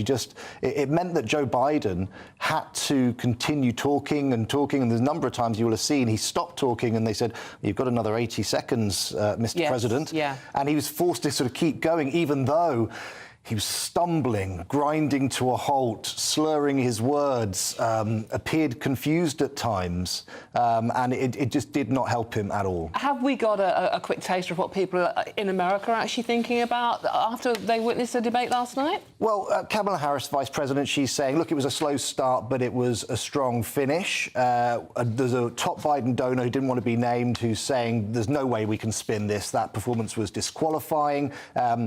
People are now talking about a brokered convention. Obviously, we've got the Democratic National Convention coming up. Now, it's very, very difficult to get rid of Joe Biden unless he decides to stand aside, unless it's deemed that he is incapacitated, in which case they have an opportunity to try and replace him. It's going to be very, very difficult. But Biden sounded very hoarse when he came on stage. He's had 6-7 days at Camp David where he's just been rehearsing with 16 different advisors. They built a stage for him. I think that they've worked him very, very hard. They had this debate earlier in the history of presidential debates, June. It's never happened before. They wanted to find out before the convention whether he was up to the task. And I don't think that he is, based upon a lot of the reaction that we're getting here from even Democrat commentators. OK, Ray, thanks very much indeed. Let's talk to US political analyst Nomiki Konst, who joins us now. Good to see you this morning. Look, and as a Democrat, do you think that it is time for Biden to step aside in the wake of what we saw in the early hours of this morning?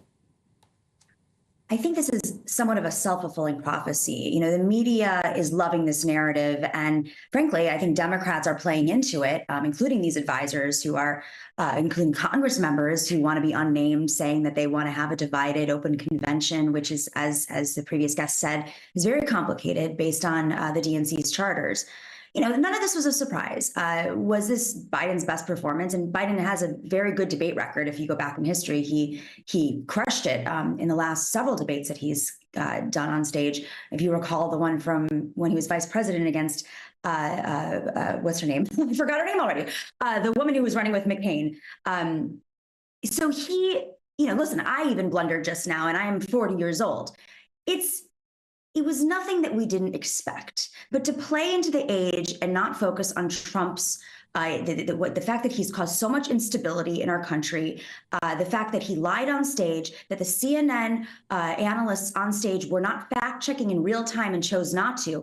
Almost every single thing that came out of Donald Trump's mouth was false, and that came through the fact checks later. Did Biden stumble? Absolutely. Did he get better? Yes. But does that mean that we should dismantle the entire system, cause instability in the Democratic Party at this point? That choice was to be made a year ago. That choice was to be made during the primary, 4 years ago, when people were bringing this up 4 years ago, and the DNC came together and basically pushed out every single other option, including Bernie Sanders, who I once worked for. So this is a situation now in which, Democrats are now freaking out because they created this situation. But we are now months before, in 2 months, you're gonna have early voting. So you're gonna put the Democratic Party through absolute chaos, something that's unprecedented over, pretty much a slow, faulty, weak debate performance. As the previous guest stated, the president is sick. He has a cold. He's in his 80s. None of these things are surprises, but the fact that we keep focusing on them instead of focusing on how to win, instead of having surrogates out there talking about messaging. My complaints about the Biden administration, the campaign right now, are that they don't have surrogates out there talking about the accomplishments. If he is not doing what he needs to do as a messenger, you need to put everybody out there to buffer him, to talk about the accomplishments of the administration, to talk about what Donald Trump wasn't able to do, to fact check because the CNN analysts weren't fact checking on stage. You need to have a full-fledged messaging operation, and that is what I'm worried about with the Democrats right now. Because on the other side, you had Donald Trump, way more composed than we've probably ever seen him. But again, lying. I mean, everything that came out of his mouth was a lie. Every time there was a complaint about something, it was the fault of immigrants, and it was the fault of Joe Biden. It was never Donald Trump didn't handle COVID properly. It was never that Donald Trump was only protecting his friends and family and oligarchs around the world. It was never that Donald Trump is cozying up to Vladimir Putin, cozying up to North Korea, cozying up to some of our worst adversaries who want to destabilize democracy around the world. It was always, it's the immigrants' fault. It's always, oh, Joe Biden did this during his Donald Trump's administration. But that is the job of the Democratic Party. They need to have a counter message. If Biden isn't the one, then get other folks out there. If Kamala Harris isn't the one, other folks. Namaki, we've got to leave it there. Good to talk to you. Thanks very much indeed. you. I mean, look, I think she raises a valid point in saying, there should have been more questioning about what Donald Trump was saying, more analysis of that. But you can't move away from the fact that it's someone who one candidate appears more compos mentis than the other. Yes, indeed, and I mean, think it's a legitimate concern, isn't it, to say, is this man really going to be able to lead us for the next 4 years? I actually feel sorry for him. I don't think he should be doing that, and I think someone, obviously, who does have, issues shouldn't be put in that situation. And, he's got a cold. That was one of the excuses. And there's one more debate to come, Stephen. Potentially 3. I mean, Trump wants to do one with Fox, but there is another one coming. I wouldn't be at all surprised if some moves are made to try and replace him. I mean... Yeah. I think of Robert in the debate the other night over here saying, are you two the best we've got to offer? Well, exactly. Sort of yeah. applies. And America's got a much bigger population than we have as well. Right. OK, enough of that. Let's see what the weather's going to do. A brighter outlook with Box Solar, sponsors of weather on GB News. Morning, welcome to your latest weather update from the Met Office here on GB News. A blustery day across the north today with quite a few showers around, although not as wet as yesterday. For much of the south, dry and fine, although quite a bit cooler than it was earlier in the week. Certainly feels pretty cool with the frequent showers packing in across the Highlands and the Northern Isles. A scattering of showers coming and going through the day across Northern England, some for Northern Ireland, but it won't be as wet here as yesterday afternoon. And the showers tending to ease off through central and southern Scotland later as well. For much of the south, dry, fine, some cloud, but some decent spells of sunshine. The winds easing here as well, so mostly light winds. Feeling quite pleasant in the sunshine, but feeling quite cool with the showers and the gusty winds across the north, which will continue across certainly the northern half of Scotland well into this evening. Some sunny spells between the showers. The showers becoming fewer and further between across southern Scotland and for Northern Ireland. Many places here will end the day dry and fine, along with much of northern England. Further south, it's a fine end to the day, but again, just that cooler feel compared to evenings earlier in the week. As we go towards the weekends, well, the showers will continue through the night across the far north of Scotland, and out west, eyes on this mass of cloud. That is going to mix things up a little bit for the weekend, turning pretty cloudy across Wales, northwest England, parts of Northern Ireland, with a threat of a little bit of light rain coming in here. Quite a mild night for most, double digits in towns and cities. Into Saturday, and yeah, a bit of a mishmash. A fine day across East Anglia in the southeast, generally dry with sunny spells here. Most of Northern Ireland, southern Scotland also fine. Still some showers across the far northwest. Northern England, Wales, southwest England, a greyer day on Saturday. Much more cloud, and there will be some rain at times, particularly for northwest England and northern and western parts of Wales. Temperature-wise, again, warmish across the southeast, fresher further north. That warm feeling inside from Boxed Boilers, sponsors of weather on GB News. It doesn't look too bad out there, but if you want to escape it, it's the final day to see if you can win our summer giveaway, £15,000 in cash and a whole host of treats. Lines close at 5 o'clock, so make sure you don't miss out. Here's all the details you need. It's the final day to see how you could win big this summer. £15,000 in tax-free cash to spend on anything you like this summer. Plus a brand new iPhone 15 with a set of Apple AirPods. Hi, my name's Victoria. I won the Spring Great British Giveaway. If you're thinking about entering, just enter. And you never expect to win, but I did. Get your entry in now, as lines close at 5 p.m. today. For another chance to win the iPhone, treats, and £15,000 cash, text WIN to 63232. Text costs £2 plus 1 standard network rate message. You can also enter online at gbnews.com/win. Entries cost £2, or post your name and number to GB06 PO Box 8690 Derby DE1 9TT. UK only. Entrance must be 18 or over. Lines close at 5 p.m. today. Please check the closing time if listening or watching on demand. Good luck. Yeah, best of luck to you. Now, still to come, should we be sending fewer women to prison? Well, Cherie Blair thinks so. We're going to debate that next.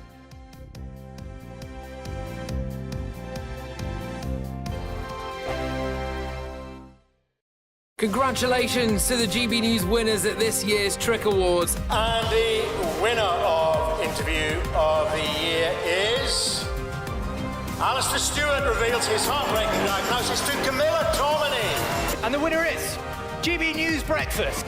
And the winner is Nigel Farage. And thank you to you, our GB News viewers and listeners, for making us the People's Channel, Britain's news channel.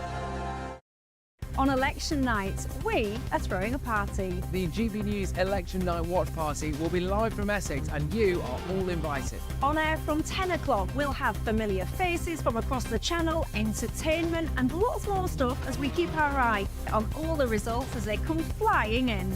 If you want to join our live Election Night Watch Party audience, scan the QR code on screen or go to gbnews.com/election party. Join me, Nana Akweer, for an informative, interactive news programme with a difference. It's fun. It's true. You're not wrong. No one will be cancelled. Lovely. Join me from 3 p.m. every weekend, only on GB News, Britain's news channel. In the GB Newsroom, we bring you the news as it happens. With our team of dedicated journalists across the UK, GB News brings you accurate reporting of the day's topical agenda.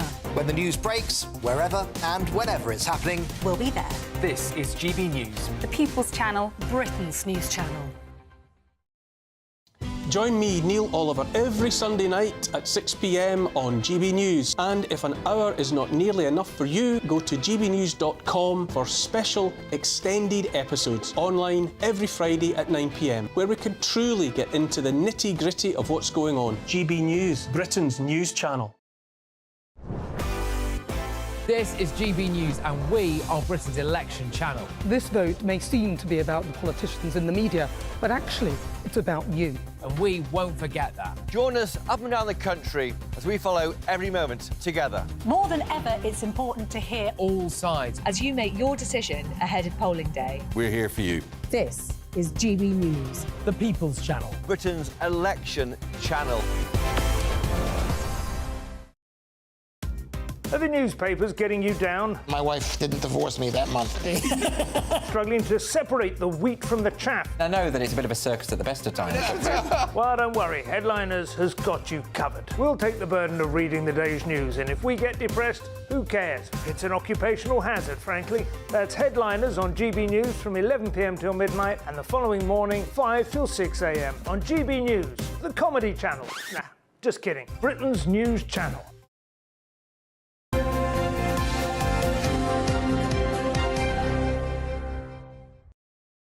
Here's an interesting one.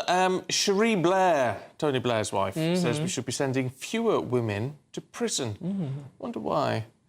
Anyway, let's talk to former police officer Oliver Lawrence and retired prison governor Vanessa Frake on this one and try and work out what's going on. Vanessa, you've been at the front line of all of this. What do you think? Well, over the years, you know, many more men have been jailed than women. Women, in the main, don't commit as much crime. And I can't really understand where Cherie Blair's coming from with this, because, you know, the job of the courts and the prison service is to protect the public. It's got nothing to do with gender whatsoever. You know, if the public need protecting and a serious crime has been committed, then that person, regardless of gender, should go to prison. That's the long and the short of it with me. Oliver, I mean, we know the prisons are overcrowded at the moment, but surely messages like this aren't helping, you know, stop criminals, are they? It's like, well, you might not get sent to prison in any case, so you may as well get on with it. You know, they're far from helpful, Dawn. If we look at the prison service over the last 10, 14 years, there's been significant underfunding, significant under-resourcing. Our prison populations are overspilling, particularly in men's prisons. And this type of messaging only empowers acts of criminality. You know, sadly, none of us want to see, you know, pregnant women or women with young children being incarcerated. But sadly, time and time again, I've arrested a number of people in society who have used their children during acts of criminality. And they do that because it adds an extra layer of complexity to arresting officers, because there's a child involved, and none of us want to see that. But ultimately, the courts are there as a deterrent. People aren't going to prison simply not just for paying their TV licence fees. These are recidivist offenders who've gone through a number of court processes before the courts have determined that prison is the only place that these people can be housed. So I'm sorry, I think it's the wrong messaging to be sending out. And in fact, we should be sending more people to prison. Vanessa, I noticed you're shaking your head there. What were you shaking your head about exactly? I would just, that to me, that just sort of sounded very patriarchal from a male point of view. You know, nobody wants to see a woman go to prison, but you know, you can't say that about the likes of Joanne Dennehy, about Rose West, about Myra Hindley. You know, I'm sorry, regardless of their gender, they deserve to be in prison. You know, it shouldn't be about gender. And I think, you know, women want to be treated equal. And absolutely, we should be treated equally. If we commit the same crime and it demands prison, then prison, so be it. But I suppose the argument with all of this, Vanessa, is not necessarily about the crime, but the impact on society of incarcerating someone. And if you're sending a young mum to prison, then you've got the children to think about in a way you wouldn't necessarily have to sending a young father to prison. But clearly, when she was committing the crime, she didn't think about the children then, did she? You know, there are statistically many more times that women are sent to prison than men for a first offence. And I do believe that that is because of women are seen to be, you know, the carers, the nurturers, those that should be, you know, cooking the meals, looking after the children. And should be taught a lesson for committing a crime. But that doesn't necessarily mean that we should just ignore it. What about the victims in all of this? What does that say to the victims of some really horrendous crimes? You know, women gangs can be very, very threatening to people, regardless of you know, their gender. So I just don't see that.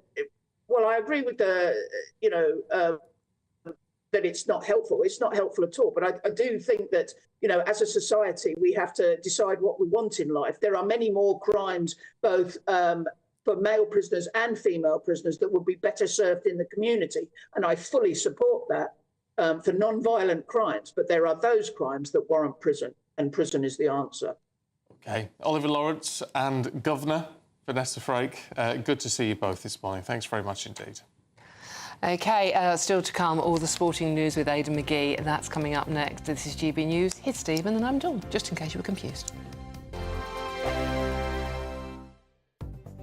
The latest GB News travel. Good morning, I'm Russell Holding. On the M80 in Stirling, the northbound exit at junction 9 for the M9 at Bannockburn is closed for emergency repairs. Disruptions possible to some Calmac ferry sailings in Scotland this morning because of poor weather conditions. The Tay Road and Forth Road bridges are closed to high-sided vehicles because of the winds. On the A15 over the Humber Bridge, there's a speed restriction of 30 miles an hour because of the winds. Now in Norfolk, the A134 is closed each way between Wirral and Stoke Ferry. In London, the A124 is closed each way along the High Street in Hornchurch for an investigation causing delays. On the M26 in Kent, there are westbound queues approaching the M25 because of roadworks. Somerset, delays are expected later on routes towards Glastonbury. And on the M5 in Somerset, there are northbound queues after traffic was stopped because of an accident between junctions 25 and 24 from Taunton to Bridgewater. That's the latest. You can stay up to date throughout the day by visiting our website, gbnews.com. GB News is Britain's election channel. And when the big stories break, we're tackling them on Britain's newsroom. When we disagree, and we disagree a lot, it's even livelier than normal. We don't disagree that much. We do. His comedy, though, is revolting. I knew her, unlike you. That explains Beverly Turner's temperament. It's a bit frothy in here, isn't it? He'll have one of me one day. For dartball practice. Britain's newsroom on GB News. Weekdays, 9:30 a.m. GB News, the People's Channel, Britain's news channel. Hi there, I'm Michelle Dewberry and I'm going to take a second to tell you all about my show, Dubes & Co. We start off with the issues of the day. We then bring in both sides of the argument. We get rid of the disrespect. And then you throw me into the mix. And trust me, I'll tell it exactly how it is. And then, of course, the magic ingredient, you at home. We mix it all together and what have we got, in my opinion, the best debate show in town. Monday to Friday, 6 till 7 on GB News, Britain's news channel. I'm Christopher Hope. From pop stars to politicians, I'll interview anybody in a pub who's got a political opinion. Join me every Friday on Spotify, Apple Podcasts, YouTube or gbnews.com, or wherever you get your podcasts. GB News, Britain's election channel. Every Saturday, 10 till 12, we'll bring you all of the news that you need to know. We'll also remind you that there is so much to smile about. It's my favourite time of the week. I get to relax, enjoy some light-hearted stories, and let Ellie teach me about fashion too. That's Saturday Morning Live, every Saturday, 10 till 12. Only on GB News, Britain's news channel. We're proud to be GB News, the People's Channel, and as you know, we always love to hear your views. Now, there's a new way of getting in touch with us at gbnews.com/your say. By commenting, you can be part of a live conversation and join our GB News community. You can even talk to me, Bev Turner, or any of the members of the GB News family.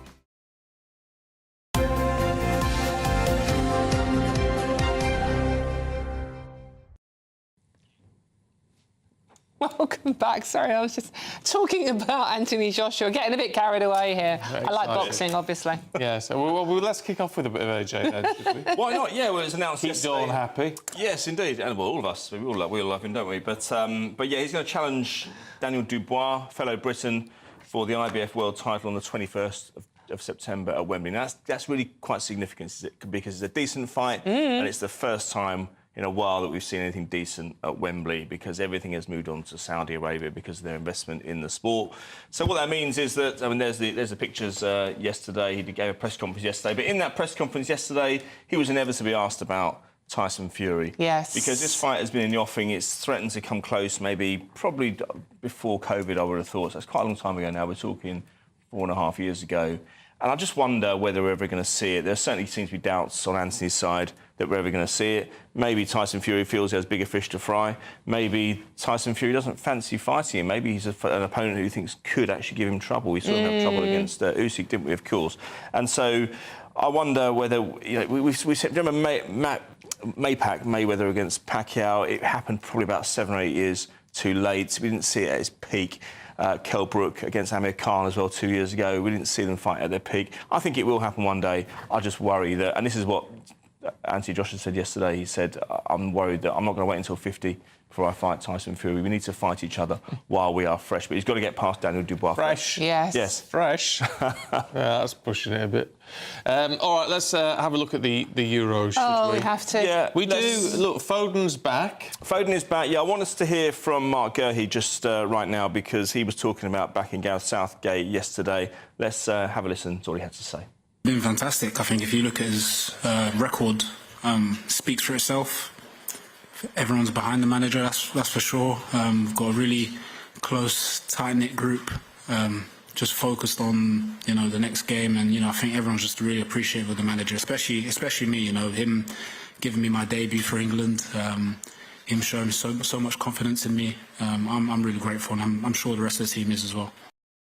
So that's Mark Gurhey, the Crystal Palace defender. He's been a revelation in this World Cup so far, Stephen. I mean, Harry Maguire was out, a key performer for England in the last few tournaments, and suddenly he steps in, only conceded 1 goal in 3 games. He's one of the few success stories, but I tell you what, I said last week they needed a performance. They got away with it because elsewhere the results went their way, but they needed a performance. We can't carry on getting away with it. So, I mean, it's just, you're right, you're absolutely right. Something. But I'll tell you something else Mark Gurhey said yesterday. He said there's no such thing as an easy side of the draw. But to me, I'll tell you what, if you've got Slovakia in the round of 16 and you may not face an really elite side, if you go all the way until the final, there may never be a better chance. It's just disappointing for me that the squad does not look cohesive. How do we have the best players in the world, right? We have, and they play so badly. OK, are you the best? Can you really be the best players if you're not performing? You've got to prove it sooner or later on the pitch. You're picking fights in the media. Maybe play in the right position. Yeah, I'll tell you what England did the other day. They proved Gary Lineker right. They said there's no cohesion. They're playing. I'm not going to use the word, but he backed up everything. They backed up everything he said earlier in the week, and they need something. Why is the manager not starting with a slightly different lineup? I mean, Cole Porter. Cole Palmer. Cole Porter. Do better, actually. He can sing his way there. Yeah. I mean, Cole Palmer. I mean, when they brought him on the other night... Yeah, he made a difference, didn't he? He did make a big difference. I think he'll start.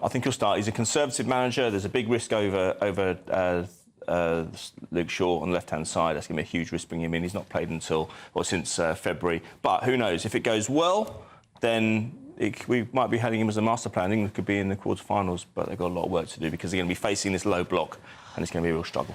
Oh, one hell of a hangover coming on Monday morning, I suspect, whatever the result. That's no change for you there. No, that's true. No. Fair enough, yeah. Right. Good point. Well All right, made. Adrian, we'll see you a little bit later on. Okay, then. We've got the papers heading away in just a moment.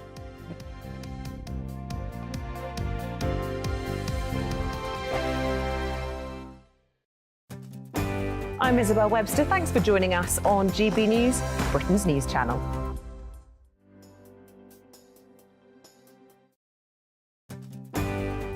I'm Simon Evans, and this is GB News, Britain's news channel. This is GB News, Britain's news channel. Almost half of those seeking to have an affair are happier with their job than with their primary relationship. But what exactly does a cheater do for a living? Well, medical assistants and nurses, surprisingly, top the lists of professions for female cheaters, and it's jobs in IT or tech for male cheaters, which I think is less of a surprise. No. This is all according to a survey by the dating site Ashley Madison. OK, so why do people cheat? To answer this, we're joined now by broadcaster and psychotherapist Lucy Beresford. Good morning, Lucy. Morning, Lucy. So, is it OK of me to say naughty nurses in this day and age? Am I going to get cancelled for that? You're out. Yeah, I'm out. Been Go on, cancelled. see ya. There's the door. There we But go. yes, you're talking about the caring professions, and I think it's very appropriate. Surprised by that. Women, well, because they're very nurturing, very loving, very giving, whereas the males who are in tech and IT, very strategic.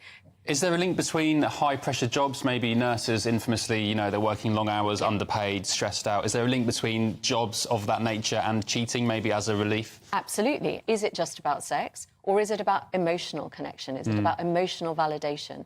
And increasingly, people are discovering that their primary relationship is just not a place where they feel safe. This survey found that personality didn't actually come into it that much. It was about half and half if you're an introvert or an extrovert that you'd be likely to have an affair. I think that's right. And I think that just speaks to the fact that all people want to have a good emotional connection. So it doesn't matter whether you're really social or whether you're someone who has to recharge your batteries in private time, that actually we only ever want three things in life. We want to feel safe, we want to feel loved, but we also want to feel heard. And in increasingly a number of marriages and long-term relationships, we get into grooves, we get into ruts, and we stop hearing our partner, we stop listening to them, and they stop listening to us. The People's Channel. I'm Mark Dolan, and this is GB News, the People's Channel, Britain's news channel. Congratulations to the GB News winners at this year's Trick Awards. And the winner of Interview of the Year is... Alistair Stewart reveals his heartbreaking diagnosis to Camilla Tominey. And the winner is GB News Breakfast. And the winner is Nigel Farage. And thank you to you, our GB News viewers and listeners, for making us the People's Channel, Britain's news channel.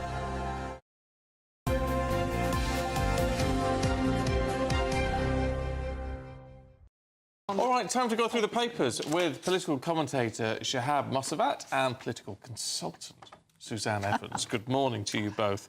Let's have a look at this racist reform campaigner story in the Times. It's got to be said, I mean, these comments are unacceptable, but the first person to say that was Nigel Farage. Yeah, absolutely. They are unacceptable. There's no doubt about that. But Nigel has come out very strongly against it and said, yes, you know, this person's not going to be having any further part in our campaign. I think the other point that really needs to be made is this isn't a candidate, this is a campaigner. Yes. And basically anyone can turn up from anywhere to campaign for any political party. So I think the way in which this has been blown up is rather overdone. It does smack of it being a deliberate smear campaign as opposed to a kind of genuine undercover investigation. It's almost like Channel 4 have gone looking for trouble and have come across it. And I question whether if you went undercover into any other political party on the election trail as well, you wouldn't come across somebody who made offensive comments. So, for example, we know there's a lot of anti-Semitism in the Labour Party. I've certainly heard Labour Party members make very sexist comments. And I do think this is a bit of a stitch-up. It's quite interesting. There's also, and as I say, I can't comment on the veracity or truth of this at all, but Twitter is a bit alive this morning with the idea that this man is possibly an actor. Some people say that they have spotted a man called Andrew Parker, so the same name, who looks very, very like him. I'm not saying it is him, but that does make you wonder. But he's not describing himself as an actor to his friends when he was talking about reform. He described himself as a property developer. What do you make of that? I haven't heard that one, I must admit. Well, I think what this shows is that reform being a new party, it lacks that experience, that nous, that savviness that, you know, that these machines have. It doesn't have proper structures. There's no grassroots membership as such, and, you know, that supports campaigns and holds them up. So lots of self-selecting activists, such as these gentlemen here, go along, nominate themselves and say we want to help, and that's where this malaise comes from the fact that people self-appoint themselves, go along and say I represent X, Y, and Z without having any qualification to do that. I'm not saying that reform is amateur. I'm just saying it's new and it's trying to find its feet. Yeah, it takes a while to get these things into play. Talking of people maybe not being what they seem to be, the Express front page, Hab, I think it's one of your stories, the BBC paying audiences for election debates. Yeah, that's right. So they paid £150 and then £30 expenses to have these people come in for the prime ministerial debate, which I think in and by itself is a wrong thing anyway, because we have a parliamentary system. But they had to promise not to heckle. Meanwhile, outside Nottingham Trent University, there was a big protest going on, and I think we heard the BBC presenter saying, well, you know, this is democracy in action. Meanwhile, the BBC was stifling democracy inside its own auditorium by making people sign disclaimers that they wouldn't heckle. Well, it's because they want the programme to go smoothly. Of course they want the programme to go smoothly, but, you know, if it's an actual debate, then in a debate, people will sometimes become a little bit more animated and might disagree, and they should have their voice heard. And I think there's also something about presenting a studio audience that actually isn't really a studio audience because they've been paid to do it. No. I think it's a little bit disingenuous. No, I've got to say, this is how it works. This is television. Television isn't real. Well, it's not as real. I am pinching myself. And so you have to. The BBC's responded to this, saying that the debate had an equal number of people who intended to vote both Conservative and Labour, as well as some undecided voters. Yeah, but the BBC's... The audiences for our debate were selected by a third-party supplier, Savanta, to reflect a broad range of political perspectives. It is standard for these types of debates to offer audience members a flat disturbance fee to cover travel costs and their time. And any debate, anywhere on television, that's what happens. So did Savanta have representatives of Liberal Democrats there, of Reform, of Greens, of... Well, no, for this one, because this was between Tories and Labour, so they had Labour voters, Tory voters and some undecided. When they did the seven-party debate earlier in the campaign, it will have reflected all the different... Perpetuates the duopoly. Perpetuates the duopoly. I'm going to change the subject completely. And now for something completely different, as someone might say. Suzanne, invasion of the creeping bog crawlers. Ah, yes. Now, this is the front page of the Daily Star that has spoken to experts who say that rats, cockroaches and flies are just some of the critters that could sneak out from your toilet seat if you don't keep the lid shut.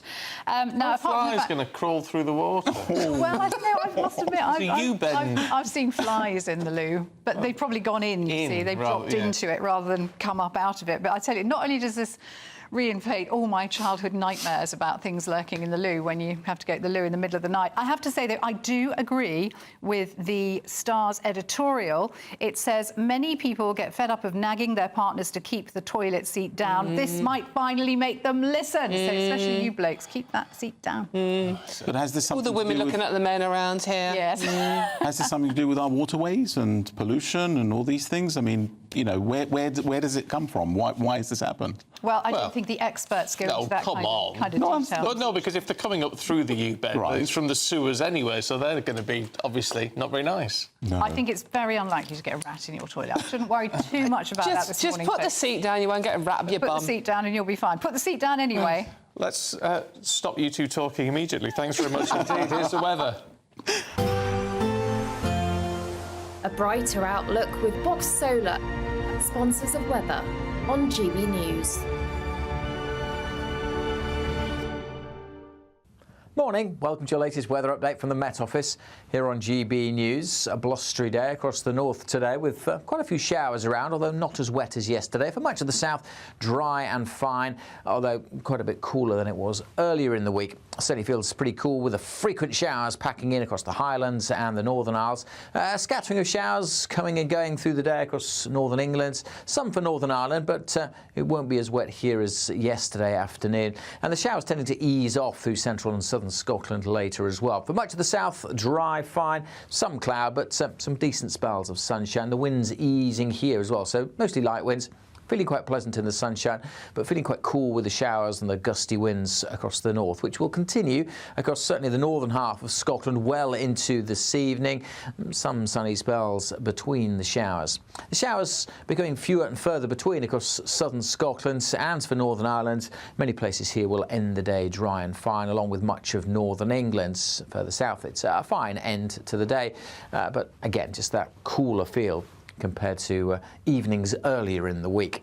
As we go towards the weekends, well, the showers will continue through the night across the far north of Scotland, and out west, eyes on this mass of cloud. That is going to mix things up a little bit for the weekend, turning pretty cloudy across Wales, northwest England, parts of Northern Ireland, with a threat of a little bit of light rain coming in here. Quite a mild night for most, double digits in towns and cities.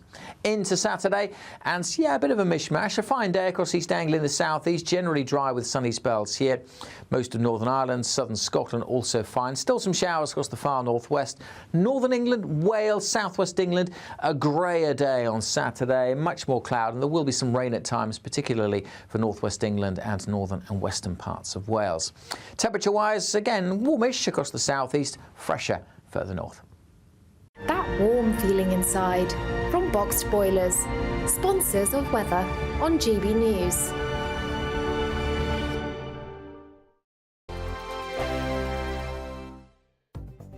The latest GB News travel. Good morning, I'm Russell Holding. There's disruption to some CalMac ferry sailings in Scotland this morning because of poor weather conditions, and train services in Scotland have been stopped northbound from Markinch to both Perth and Dundee because of track safety checks. On the M80 in Stirling, the northbound exit at Junction 9 at Bannockburn's closed for roadworks, so you have to continue on to the M9. In Lincolnshire, the A16 is partly blocked by an accident at Surfleet. In Norfolk, the A134 is closed each way between Wirral and Stoke Ferry. In Suffolk, the A131 is blocked by an accident on Ballington Hill in Sudbury. In London, the A124 is closed along the High Street in Hornchurch for an investigation. On the M26 in Kent, there are westbound queues approaching the M25 because of roadworks. And the M5 in Somerset is blocked northbound by an accident between junctions 25 and 24 from Taunton to Bridgewater South, causing queues. And that's the latest. You can stay up to date throughout the day by visiting our website, gbnews.com. It's the final week to see how you could win big this summer. First, there's a totally tax-free £15,000 in cash to make your summer spectacular. Spend that extra cash however you like. You'll also win a brand new iPhone, Apple AirPods, and if that wasn't enough, a £500 voucher to spend at your favourite UK attraction. You have to hurry as lines close at 5 p.m. on Friday. For another chance to win the iPhone, treats, and £15,000 cash, cash. Text prize to 63232. Text costs £2 plus one standard network rate message. You can also enter online at gbnews.com/win. Entries cost £2 or post your name and number to GB06 PO Box 8690 Derby DE1 9TT. UK only. Entrance must be 18 or over. Lines close at 5 p.m. on Friday. Please check the closing time if listening or watching on demand. Good luck. I'm Christopher Hope. From pop stars to politicians, I'll interview anybody in a pub who's got a political opinion. Join me every Friday on Spotify, Apple Podcasts, YouTube or gbnews.com, or wherever you get your podcasts. GB News, Britain's election channel.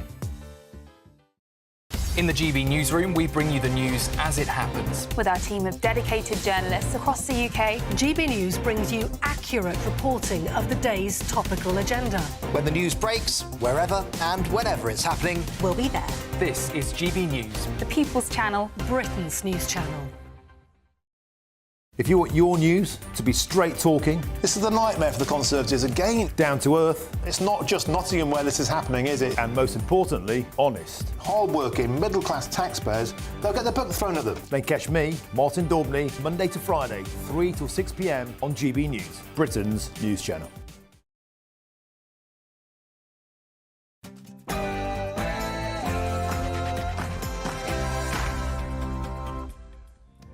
Good morning to you. Trump and Biden face off in the first US presidential debate. Joe Biden struggles to find his words as he flounders against his competition, and Democrats call to replace him. Well, the debate turned nasty as the president dubs Donald Trump a convicted felon with the morals of an alley cat. Good line. As Trump accuses Biden of helping Russia invade the Ukraine. Also this morning, reform racism claims. A Reform UK campaigner is filmed making racist comments about the Prime Minister. That's as another activist was using derogatory homophobic language. And meanwhile, the search intensifies. Police fear missing teen Jay Slater is unlikely to survive as emergency services focus their search in a remote part of Tenerife. England's Mark Gurhey insists the players are still behind manager Gareth Southgate. That's despite players' families being showered in beer by angry fans after the draw with Slovenia on Tuesday. Elsewhere, Andy Murray still hopes to take his place at Wimbledon next week. Anthony Joshua says he won't wait forever for a showdown with old rival Tyson Fury. A blustery one across the north today with gusty winds and quite a few showers. In the south, many places dry and bright, some sunny spells, but cooler than earlier in the week. Join me later for a full forecast. It's just gone 8 o'clock. I'm Stephen Dixon. And I'm Dawn Neeson, and this is GB News Breakfast.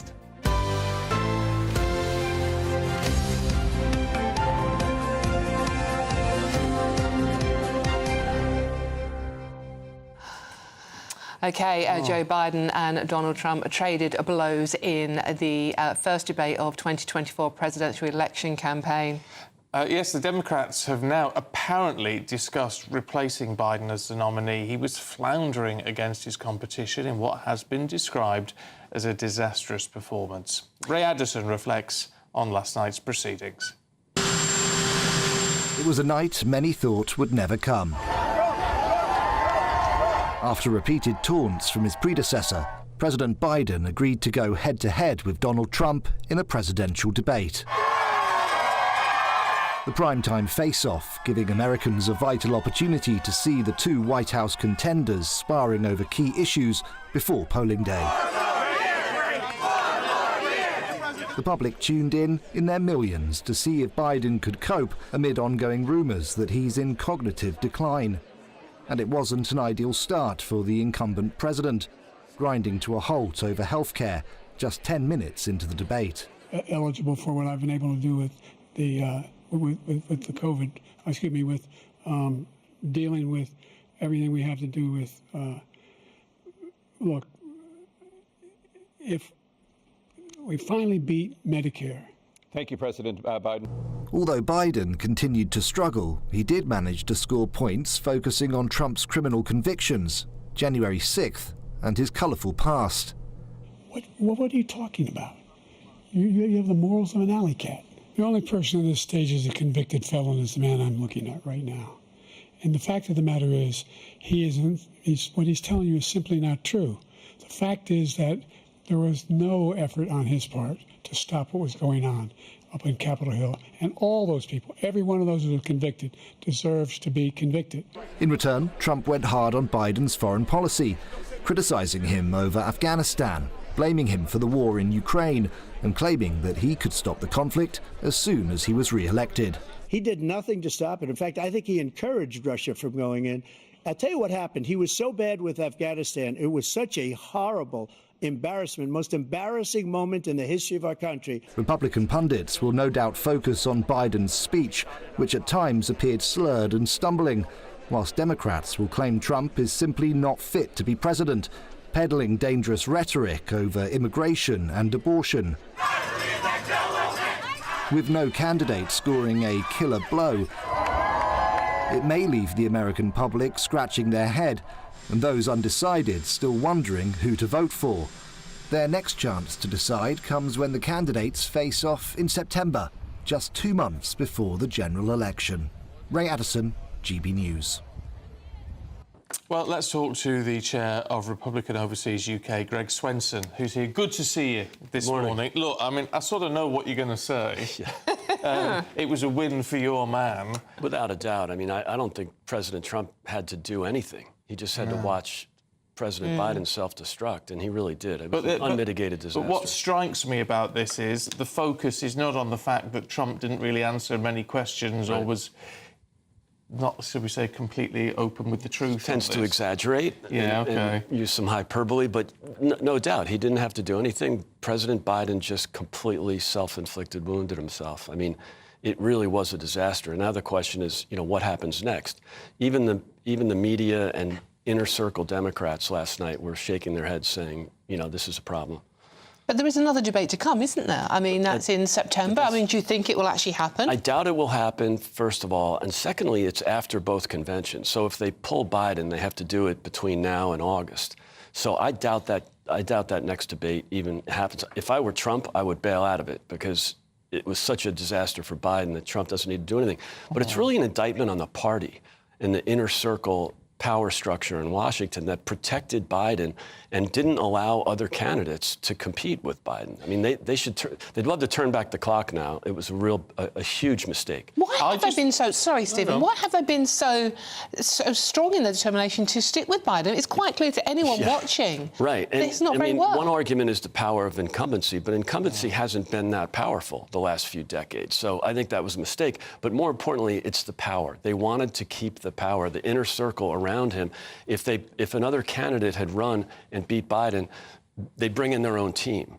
And so I think especially Dr. Jill Biden, she should be ashamed of herself. Well, look, in all of this, it's what would work better for the Democrats and what would work against Trump. Now, if there's an argument to say, well, if you bring someone new in now, that plays into Trump's hands. I'm not quite so sure. If they brought in a very younger, stronger candidate, then perhaps that would give Trump something to worry about. Absolutely it will. And I've been saying this for 2 years. If they had chosen a different candidate, any other candidate or most other candidates would beat Trump. And so the question is, in a panic at the end of the process, injecting someone in there might be difficult. It'll create some division in the party, especially if they choose a moderate like Joe Shapiro or even Gretchen Whitmer, not very moderate. But that will really annoy the progressive left, who have really taken over Washington and taken over Biden for the most part. So for the radical left, this will be a difficult moment. Has it changed anyone's minds? Oh, it has. I mean, just the reactions from CNN, New York Times, and, Van Jones, people that are real Biden supporters have essentially flipped on him. And so, again, it's an indictment of the party and the media for covering up for Biden for years now. And when this was so obvious, and it should have been obvious, it's been obvious to everybody else. Yeah, I mean, I think they knew it. To be honest, it doesn't feel like you're having it. What makes this different is it's not an attack on his politics per se. It's just saying this is a man who is not in the best place you know, in terms of his health, the cognitive to be doing issues this are obvious, and it's a shame that they did this to themselves, the Democrats. If they had just allowed the nomination process to work, they wouldn't be in this situation. So it's really a shame, but again, I think it's more of an indictment on the party and the inner circle than it is on President Biden. It's very hard to give up power. You know, think about it. Angela Merkel's probably the only Western leader who's actually retired. You know, you either lose or you die. It's just it's a tragic mistake for the Democrats here, but you know, they might be able to turn it around if they get a candidate, Gavin Newsom, Joe Shapiro, someone who has some name recognition in the case of Newsom, a moderate in the case of Joe Shapiro. I think they'll give Trump a run. There's no way Biden wins now. I mean, that's impossible. But Trump is due to be sentenced next week, isn't he? The 11th of July? Sure. And that's not going to make any difference. The verdict either. did not hurt him. He maybe lost a point in the national polls, but in the swing states, which are the relevant voters, his numbers have stayed the same. And he is in a great position to win, even before last night. He's winning on inflation, he's winning on the border crisis, and he's now winning on Joe Biden's cognitive challenges. OK, Greg, as always, great to be here. Good to see you. Thanks very much indeed. Well, it's interesting, isn't it? And if there was a change last minute from the Democrats, that would be quite something. Maybe it's their only chance. You know what, Stephen? I just can't help but see the parallels between what's happening in America with two people you don't necessarily think are going to do the best job to choose from, and what's happening in the UK between it as well. And the debates were the same. Inflation, migration, the same topics were coming up. They're global issues. That's the thing. Well, looking at politics over here, then, before we look at the two big candidates, of course, the two who stand a chance of getting into number 10, let's have a look at Reform UK. They're facing some criticism today because a campaigner was caught making racial slurs against the Prime Minister, and a separate activist was found to be making homophobic comments. Their views were caught on camera by an undercover journalist from Channel 4 News while campaigning for Nigel Farage in Clacton. Oh, you've said the dreaded word. Oh, gosh. Oh, I'm sorry. Yeah, that means you have got to read out all the candidates. We've got to read out all the candidates in a minute. Anyway, before we do that, Reform UK actually came out very quickly, it has to be said, and said those making unacceptable comments will no longer be part of Mr Farage's campaign. Joining us now is former Minister for Skills, Apprenticeships and Higher Education, Robert Halfon. Robert, thank you very much for joining us this morning. What do you make of these developments? Well, it's really sad, really grim comments from these people. To be fair to Reform, and I'm a big Conservative and I don't want people to vote Reform, you've had anti-Semites previously in the Labour Party. You've got anti-Semites joining the Green Party and pretty involved, and, you know, some extremists that they found recently. So every party has had this problem.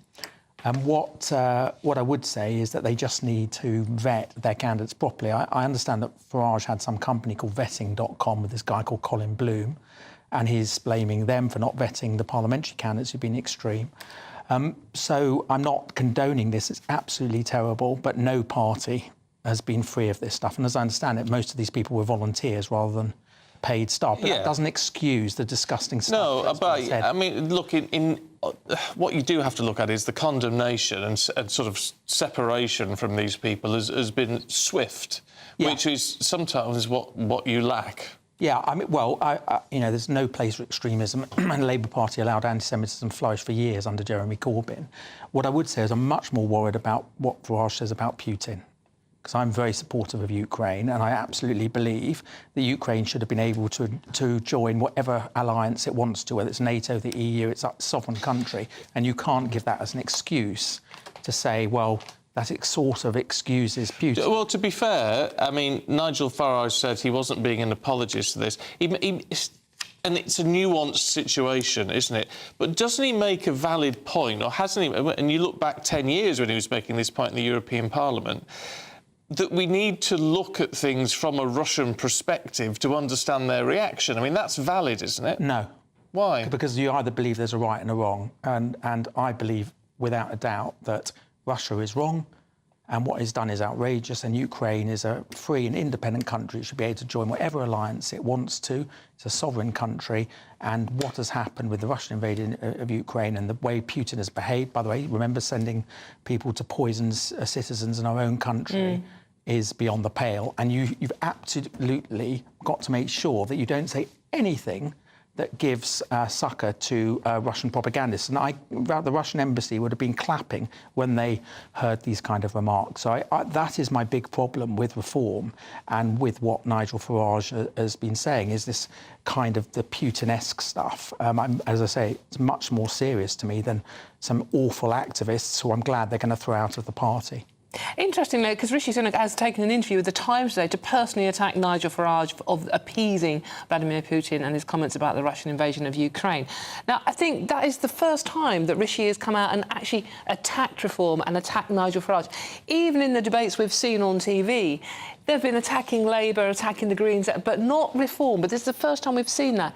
Is that because the Conservatives are rattled by reform? Well, I mean, it's pretty obvious that, of course, if you vote Reform, you get Labour, and they could stop a lot of Conservatives winning seats. But what the Prime Minister, I think, is highlighting exactly what I've said, that the appeasement or giving any impression of succour to Putin is a really dangerous road. And actually, I believe that most Reform voters and Conservatives are very, very patriotic. They absolutely support Ukraine for the most part. But so that's why it's wrong what the leader has been saying. And I think Rishi is right to highlight that. And it might cause a few Reform voters to go back to the Conservatives. I tell you what, though, it's an interesting... I mean, the line of vote for Reform, get Labour is a bit lost now, isn't it? Because even if you look at the figures, even if all Reform voters voted Conservative, you still would get Labour. No, not necessarily. So if, there's loads of seats where if you look at the polls locally, the Reform vote is stopping the Conservative from winning. So in my area, we have and I won't mention the name, don't No, I? please. No, please, sorry, I made that mistake already. We have a brilliant parliamentary candidate who used to work with me, and she is a staunch Conservative. And all that happens if people, a couple of thousand people vote Reform, is very likely that a left-wing Labour candidate will get elected. So you vote Reform, you get Labour, and that's what will happen. And Rishi Sunak yesterday in The Times was right to point out that 150,000 votes out of millions and millions of voters could change the whole nature of this election. But it's interesting when you look... I mean, you must have seen the debate the other night between Sunak and Starmer. And, of course, the standout moment was Robert, wasn't he, saying, "Are you the best we can do?" He said to... He was very polite about it. You know, you were, you know, quite a good Chancellor, but a mediocre Prime Minister. I mean, where's the incentive to vote for him? Well, first of all, it's very easy. I mean, I get the frustration, but I used to have a poster on my wall from Teddy Roosevelt. You would know this. And remember him? He said that it's not the critic who counts, it's the man in the arena, even if he makes mistakes, but with the sweat and the toil, working hard. And actually, Rishi has worked hard. He's sorted out the economy.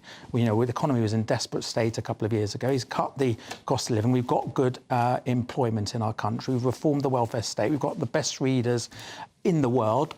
We were up in the league tables in maths. In my own area, we've had over 5 million apprentices since 2010. We've got record spending in schools and hospitals. So I think there's a lot of things that Rishi has done that are good and that people can go out and vote for and be proud. And I say to Reform voters, don't let the perfect be the enemy of the good.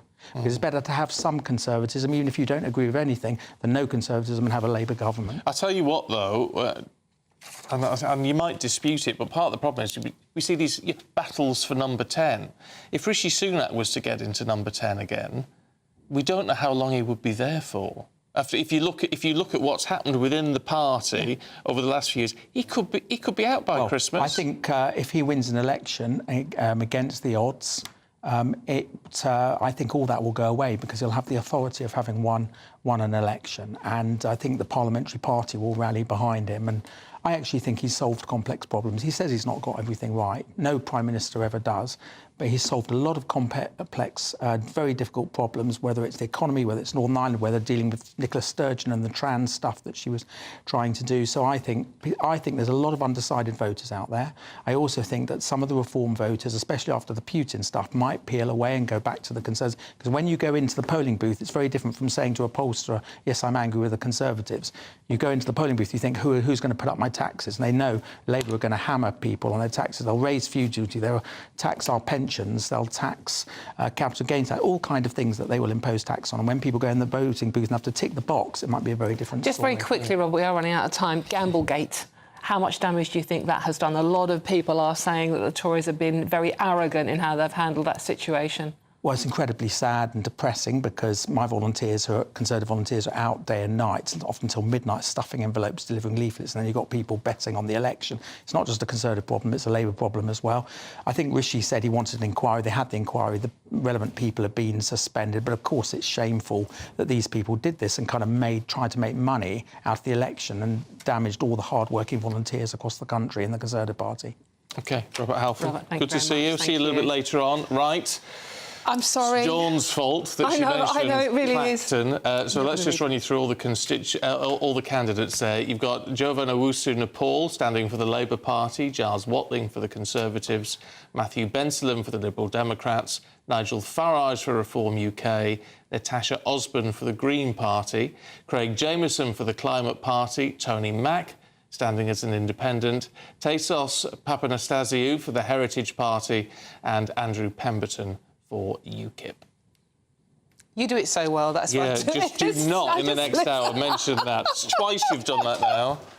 I'm not doing it on purpose, honestly. Anyway, you do read them out beautifully. Yes, darling. thank you very much indeed. All right, let's have a look at what the politicians have got up to over the last 24 hours. I don't want people to surrender to Labour. I don't want them to surrender to their tax rises. I don't want people to surrender our borders to Labour, our welfare system to Labour, our national security to Labour. Right? I'm up for the fight. I want people to join me in that fight. Like, we should not surrender our country to this. Right? We can do better. Last year's has not been easy. I'm not saying we've got everything right. I completely understand that. But this is really important, this election. If Labour are in power, they'll have a blank cheque to do whatever they want. That means put up your taxes. Reverse all the changes I made to get us to net zero in a sensible way. Right? Reverse all the progress we made on illegal migration. Record numbers of people are coming here in small boats. He's lost control of our borders, literally lost control, not only of the numbers that are coming, but also who's coming. And so this is not just a border issue, it's a national security issue. The deterrent is smashing the gangs that are running this vile trade so that nobody gets into a boat to cross the channel. The Prime Minister is simply interested in a gimmick, the Rwanda scheme, for people who've already arrived here, a few hundred people. Everyone knows that they're having problems getting a GP, the care system's in a mess, social care's not there for so many people. We have to start straight away. It's why the Liberal Democrats put it right at the centre of our manifesto and why we're calling today for an emergency health and care budget. Right, so that's what they've been up to in the last 24 hours. Going to be another busy day ahead for them all, of course. All fighting for your vote. I'd love to know if you're an undecided voter. Still. Yes, there's a lot of them about. I think people are going to walk in there on Monday. Yeah, it is on Monday, isn't it? No, Thursday. On Thursday, and go, oh, what am I going to do? Bet the devil you know, or risk something. Or are they all devils and you're not going to bother? Well, I think people should bother. I think I think people should. I think you should bother, even if you go in and spoil your ballot, because at least the turnout. If you have a very low turnout, then I think anyone who then has the nerve to complain about it after that, if you didn't vote. Yeah, you can't complain if you don't go in and vote. Especially if you're a woman. Get out there and go vote. Right, let's have a look at the weather for you. Here's Alex. That warm feeling inside from Boxed Boilers, sponsors of weather on GB News. Morning, welcome to your latest weather update from the Met Office here on GB News. A blustery day across the north today with quite a few showers around, although not as wet as yesterday. For much of the south, dry and fine, although quite a bit cooler than it was earlier in the week. Certainly feels pretty cool with the frequent showers packing in across the Highlands and the Northern Isles. A scattering of showers coming and going through the day across Northern England, some for Northern Ireland, but it won't be as wet here as yesterday afternoon. And the showers tending to ease off through central and southern Scotland later as well. For much of the south, dry, fine, some cloud, but some decent spells of sunshine. The winds easing here as well, so mostly light winds. Feeling quite pleasant in the sunshine, but feeling quite cool with the showers and the gusty winds across the north, which will continue across certainly the northern half of Scotland well into this evening. Some sunny spells between the showers. The showers becoming fewer and further between across southern Scotland and for Northern Ireland. Many places here will end the day dry and fine, along with much of northern England. Further south, it's a fine end to the day, but again, just that cooler feel compared to evenings earlier in the week. As we go towards the weekends, well, the showers will continue through the night across the far north of Scotland, and out west, eyes on this mass of cloud. That is going to mix things up a little bit for the weekend, turning pretty cloudy across Wales, northwest England, parts of Northern Ireland, with a threat of a little bit of light rain coming in here. Quite a mild night for most, double digits in towns and cities. Into Saturday, and yeah, a bit of a mishmash. A fine day across East Anglia in the southeast, generally dry with sunny spells here. Most of Northern Ireland, southern Scotland also fine. Still some showers across the far northwest.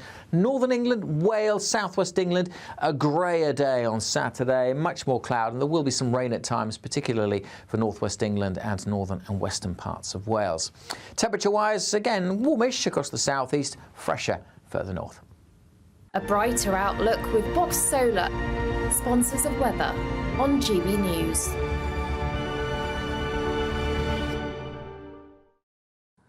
Do you want to do this? Go on. All right, go on then. Go on. Yeah, In your spangles.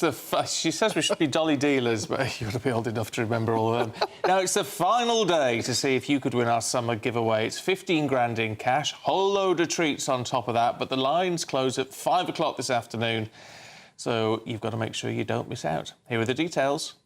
It's the final day to see how you could win big this summer. £15,000 in tax-free cash to spend on anything you like this summer. Plus a brand new iPhone 15 with a set of Apple AirPods. Hi, my name's Victoria. I won the Spring Great British giveaway. If you're thinking about entering, just enter. And you never expect to win, but I did. Get your entry in now, as lines close at 5 p.m. today. For another chance to win the iPhone, treats and £15,000 cash, text WIN to 63232. Text costs £2 plus one standard network rate message. You can also enter online at gbnews.com/win. Entries cost £2, or post your name and number to GB06 PO Box 8690 Derby DE1 9TT. UK only. Entrance must be 18 or over. Lines close at 5 p.m. today. Please check the closing time if listening or watching on demand. Good luck.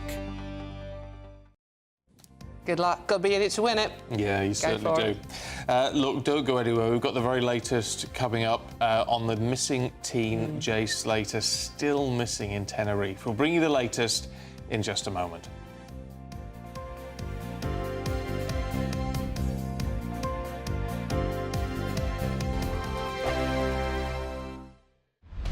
Britain's newsroom, weekday mornings from 9:30. He fell into a coma. His family, of course, absolutely distraught. Because Turkey is outside the European Union, it therefore doesn't count under the Global Health Insurance Card scheme, which means that he is liable for these costs, and the family say that he's being held there for until they pay at least half the £41,000 that is owed. One of our viewers here saying their premium, because they have health conditions, can be as much as £1,000. But if they're going to go overseas to, as you say, a non-EU country, they still should take it. That's the message here, isn't it? Don't take the risk.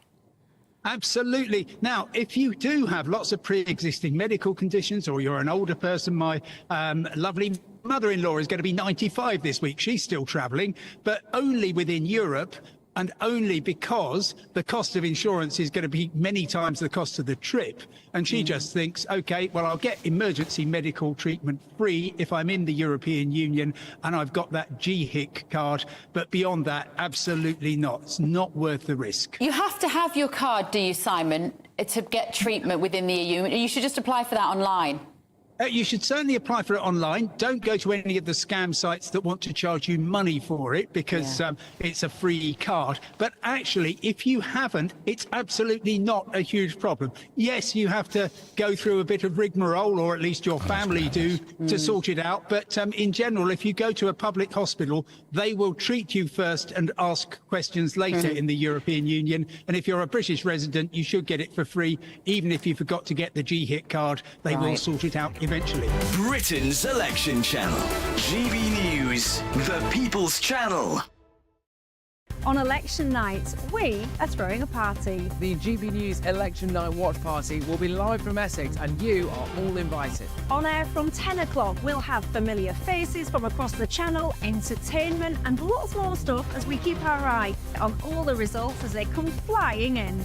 If you want to join our live Election Night Watch Party audience, scan the QR code on screen or go to gbnews.com/election party.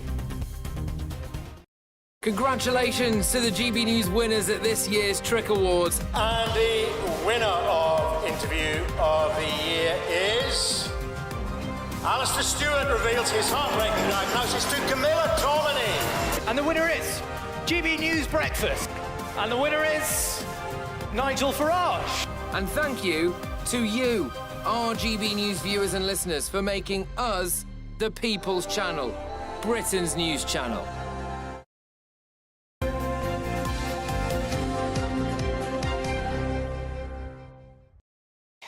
Now, police in Tenerife now fear that Jay Slater may never be found, as emergency services are still focusing their search on a remote part of the island. Meanwhile, the mother of British teenager says some of the money raised by a crowdfunding appeal will be withdrawn to help with the search. Well, the appeal has raised about £40,000 so far. Charlie Peters has been monitoring all of this for us. Look, in terms of this search now, it does seem like people are running out of hope. And it's moving on, because yesterday in the morning we still saw these mountain rescue teams working in the ravine in the same area they've been looking at for the best part of the last 12 days. 12 days into this search, getting increasingly desperate. But as the day wore on yesterday, those teams were drawn away from that location where they've been operating in for much of that time and started looking in the local caves, moving up the mountain, going up some of those cliffed areas to get a look into possible shelters, we understand. Now, a bit of a problem with this search and rescue operation in terms of the information transfer is that the police just aren't doing any press conferences. We haven't had lines from the Civil Guard and the mountain rescue teams on their strategy, on why they're looking in particular areas. So we can't say why they've decided to look into those caves, if there's a particular lead that's led them there. We have to be mindful, of course. We've got helicopters, sniffer dogs, drones, several teams, at least 4 units from the Civil Guard there, also being supported by the fire brigade, the police and some specialist units from Madrid. So it is still a very serious operation in terms of manpower, and because it's stretching on, as you've mentioned, that crowd fund, the GoFundMe for Debbie Duncan, Jay Slater's mother, now reaching £40,000, jumping £5,000 just in the last 24 hours since she made her second public statement through that appeal. That's going to go towards supporting those teams on the ground. Some of them we understand to be people who've flown on their own accord to support the Spanish authorities, but also just to cover her cost of being there, because you know, this is a costly operation, not just for the workers, but also for people who are just coming along to support. Are there any British police out there helping yet, or are they still not working with the Spanish police? Well, last week, Lancashire Police made an offer on the Thursday to the Spanish police saying that they could support if necessary. And that came after Jay's friend on the island, Lucy, who was understood to be the last person that he spoke to on the telephone at 8:15 last week, criticised the police for not engaging with her effectively, saying that they didn't have a translator. She wanted the British police to come out and support. Now, in response, the Civil Guard said that they have all the resources they need, and obviously they are the subject matter experts, especially for that terrain, that barren, rocky terrain in the northwest of Tenerife. What a police officer from Lancashire can support there in terms of local knowledge is not so particularly clear. But at the moment, every hand that can help is welcome in this search, and several people have flown out to support. There's one person on the island who's publishing TikToks every day of their support, walking around the area alongside those mountain rescue teams, getting hundreds of thousands of views. But while that support's been appreciated, there has been concern from Jay Slater's family about other people on social media sharing that sort of armchair sleuthing, those alternative conspiracy theories about why Jay might be missing. The family have now, and close friends of the family have said that this is a distraction, and it's also very upsetting. Of course, yeah. OK, Charlie, for now, thanks very much indeed. Thank you, Charlie. Yeah, you don't need that throwing into the mix. You should let the police get on with it. But as Charlie was saying, having no news conferences means we don't know what they're lines No. of inquiry are, if they've got No. any intelligence that they're working off. So it And does lead to speculation, sadly. Encourages those. But the most heartbreaking thing is that we may never know. And that is the worst thing ever when someone goes missing, when someone you love goes missing. Just awful, awful. Well, Doesn't bear hopefully thinking about. there will be a happy outcome at some point. Right, don't go anywhere. We've got lots more coming up for you, including all the papers and indeed the sport with Aidan McGee.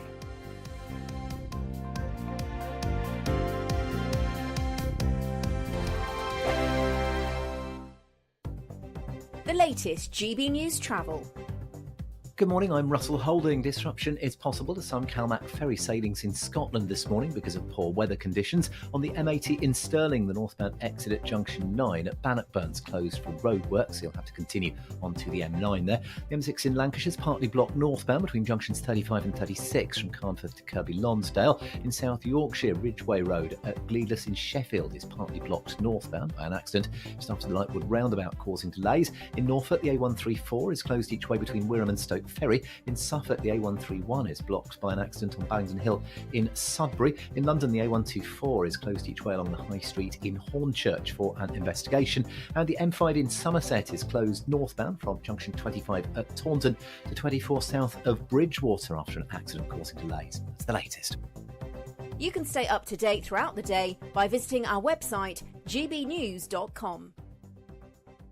GB News is Britain's election channel. And when the big stories break, we're tackling them on Britain's newsroom. When we disagree, and we disagree a lot, it's even livelier than normal. We don't disagree that much. We do. His comedy, though, is revolting. I knew her, and unlike you. That explains Beverly Turner's temperament. It's a bit frothy in here, isn't it? He'll have one of me one day.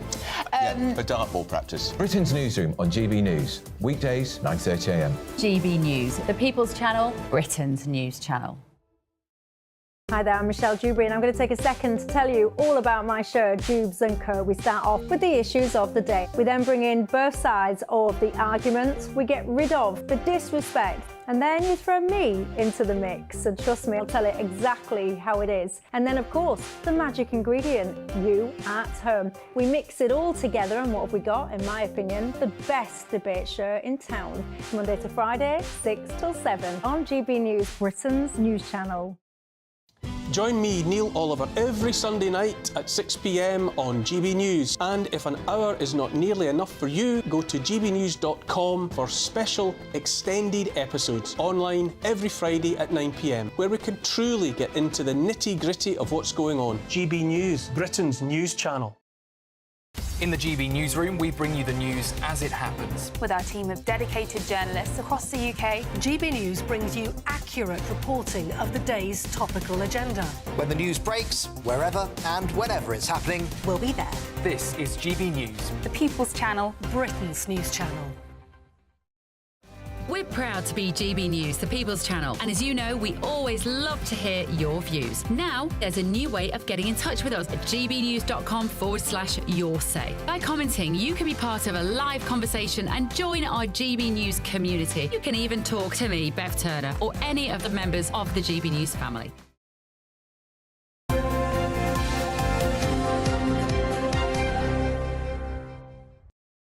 Oh dear, telling off-colour jokes here, aren't we? You are. Yeah, well, that's yes. only because Aidan McGee's walked into the studio to talk about football. And Things what can always you do? go horribly wrong. You've got to have a sense of humour about football. Hello, Aidan. Morning to you both. So what's he going to do, Southgate? Well, he has to ahead do of Sunday? something. He has to do something because I've never known a situation in a tournament where we're only 3 games in and yet players are being asked, not even senior players like Mark Gurhey, who we're going to hear from in a moment, they're being asked if they support him because, you know, you just assume that the man's in charge for the duration of the tournament. It's not like he's just been appointed. He's been there. This is his 4th tournament since Russia in 2018. So he's firmly ensconced into the position. And yet Mark Gurhey is being asked if he supports him. In fact, let's hear what Mark Gurhey had to say right now. Yesterday in Erfurt. Been fantastic. I think if you look at his record, speaks for itself. Everyone's behind the manager. That's for sure. We've got a really close, tight-knit group, just focused on, you know, the next game, and, you know, I think everyone's just really appreciative of the manager, especially me, you know, him giving me my debut for England. him showing so much confidence in me. I'm really grateful, and I'm sure the rest of the team is as well. And as Stephen said, that was a really good effort from, from Mark. Sorry. Don't be repeating my dad jokes. Bad jokes, I'd say. Yeah, Bad jokes. Look, that was Mark Gurhey. He's been outstanding. He's one of the finds of the tournament, really. I mean, he wasn't a first choice. Lots of people didn't think he was going to even go, but he's been outstanding. They've only conceded 1 goal. But the problems, and you said what the changes are going to make, the problems, Stephen, are at the other end of the pitch, as you can probably see. Cole Palmer could be included from the start. He should be. Yeah, he should be. He's somebody who can probe. He's had a good season at Chelsea, hasn't he? I think he's been better than, or in the time that he's shown, better than Saka at the moment. But I think the problem is the left-hand side. They've got no threat on the left-hand side because Kieran Trippier has been asked to play there. He cuts in his right-hand side. And opponents know everything about opponents these days, right? And so they will know that England look quite predictable at the moment going forward. They know there's no threat down the left-hand side. Can Luke Shaw come in? He hasn't played since February. This is the problem. This is the Man United defender, scored in the Euro final in 2021 at Wembley. Whether he can just slip into things and just regain his fluidity straight away and hit his straps, I'm not so sure. You know I think it's a hell of a gamble. I think Southgate should do? He should just go out there and say, look, boys, I am absolutely clueless as to what we should do. Go and play where you want, how you want. You know what? I think we'd actually smash it. What do you think, Stephen? No. No. No. I think, to be honest, he should have a bit more control. But I'm just so disappointed because he's had this wonderful reputation, and just in his sort of last hurrah, something's not right What's in the camp. I can't put my finger on it. What it is right now, but it's also. It's a little bit tense off the pitch as well. I mean, the players are coming off the pitch the other day. We saw, this is on the back page of most of the tabloids today and elsewhere, actually, and online and on social media, the players' families were caught in the crossfire that was horrible. Some beer being thrown towards the technical area. I've never known Gareth Southgate experience that. There was an incident a couple of years ago when they played Hungary at Wolves and they lost 4-0, and he's very disappointed with some of the abuse he got that night. But there is just a general feeling of frustration that, and we should say the England fans were really with the team the other night, generally speaking. But there is a feeling of frustration that this team, it's now or never. If they don't do it now, then who knows? Before long, this generation is going to pass through, and we're going to be talking about them in the same terms as the side in 2006 with Beckham, Lampard, Gerrard, Rooney, Owen, John Terry, Ashley Cole, Joe Cole. They just didn't achieve, did they? They sailed through the groups, but struggled when they played the knockout sides. And you know what? This time round, it's going to be no different to before. Sooner or later, they're going to have to, even though they've got a favourable side of the draw, they're going to have to face a top side sooner or later, and they're going to have to win. That's where they've struggled in the past. They're going to have to play Germany at one point, surely. Or anybody else. And they've been practicing penalties. Yeah, they have been practicing penalties. Right, let's talk AJ, should we? Because he wants to get it on with Tyson Fury whilst they're both still fresh. Yes, I know what he means, because we've seen too many fights. We've struggled in recent years. I've mentioned it many times on this bench. Well, the old one anyway. Not this one. No, not this one. But we've seen... We don't see the fights we want to see anymore. We certainly don't see them at Wembley. So it's quite refreshing that Anthony Joshua is going to have a good old dust-up with Daniel Dubois on the 21st of September at Wembley. So that's good to see, because normally it's in Saudi. Well, at least we can watch it normal time rather than sitting up all night. Exactly. And so Manny Pacquiao against Floyd Mayweather, that was a fight that we saw probably 7 years too late. It probably wasn't. Both men probably weren't at their peak. You think of Amir Khan against Kell Brook 2 years ago, probably should have seen it 10 years before. I don't think we want to be seeing Anthony Joshua and Tyson Fury in 5 years' time. I just think, look, AJ's on a four-fight winning run, and I don't think Tyson Fury, in the condition he's in right now, having just come off the loss against Alexander Usyk, really wants to face him. But I just think we run the risk for the benefit of boxing of seeing this fight too late, and I hope that's not the case. Having said that, he has to get past Dubois first. Dubois is in really decent form at the moment. It's going to be a real challenge for him. But overall, we would like to see the fight against Tyson. And the other thing is, Stephen, it's a super fight. It would make huge amounts of money. They'd be silly to get it on. I know both guys have got a fair few quid in their bank accounts, but they'd be daft not to get one, because there's going to be huge interest in it. Yeah. The Dubois thing is going to be interesting, because, I mean, he's got a big height advantage as AJ. It looks like a big weight advantage as well. Yes, but look, it doesn't matter in boxing anymore. It really doesn't. I mean, Alexander Usyk is the smallest of all the heavyweights I can think of, but his speed, his agility and his skill just seems to give him the edge over all his opponents. I thought he won the Tyson Fury fight quite comfortably a month or so ago, and he schooled Joshua twice. So it's not all about height, it's not all about It's not about weight. It's about skill. It's about agility and how you move around the ring as well. How when you're in trouble, can you just buy a little bit of time? Can you be match smart, if you like, to do it? And that's what Usyk's It's like ballet. It's like ballet. It is a little when bit, I used to do boxing, that was a bit I had trouble with, dancing around the rim. Did you do boxing, Stephen? No. No. No, nor did I. No. I mean, I'd be rubbish at it. No, Can you imagine? There'd be people saying, well, you and I should fight for charity next. I'm going to avoid Really? that. I'm going to avoid it. Oh, I'd give it a whirl. I'd give it a whirl for charity. Would you? Would you? No, I'm not sure. I'd sponsor you, Beth. What about some naked mud wrestling? Yeah, this is a breakfast show, John. Breakfast show. Aidan, thank you. Good time to go for me, I think. Yes, it's time for us all to go. We'll have a short break, then we're back with the papers in just a minute.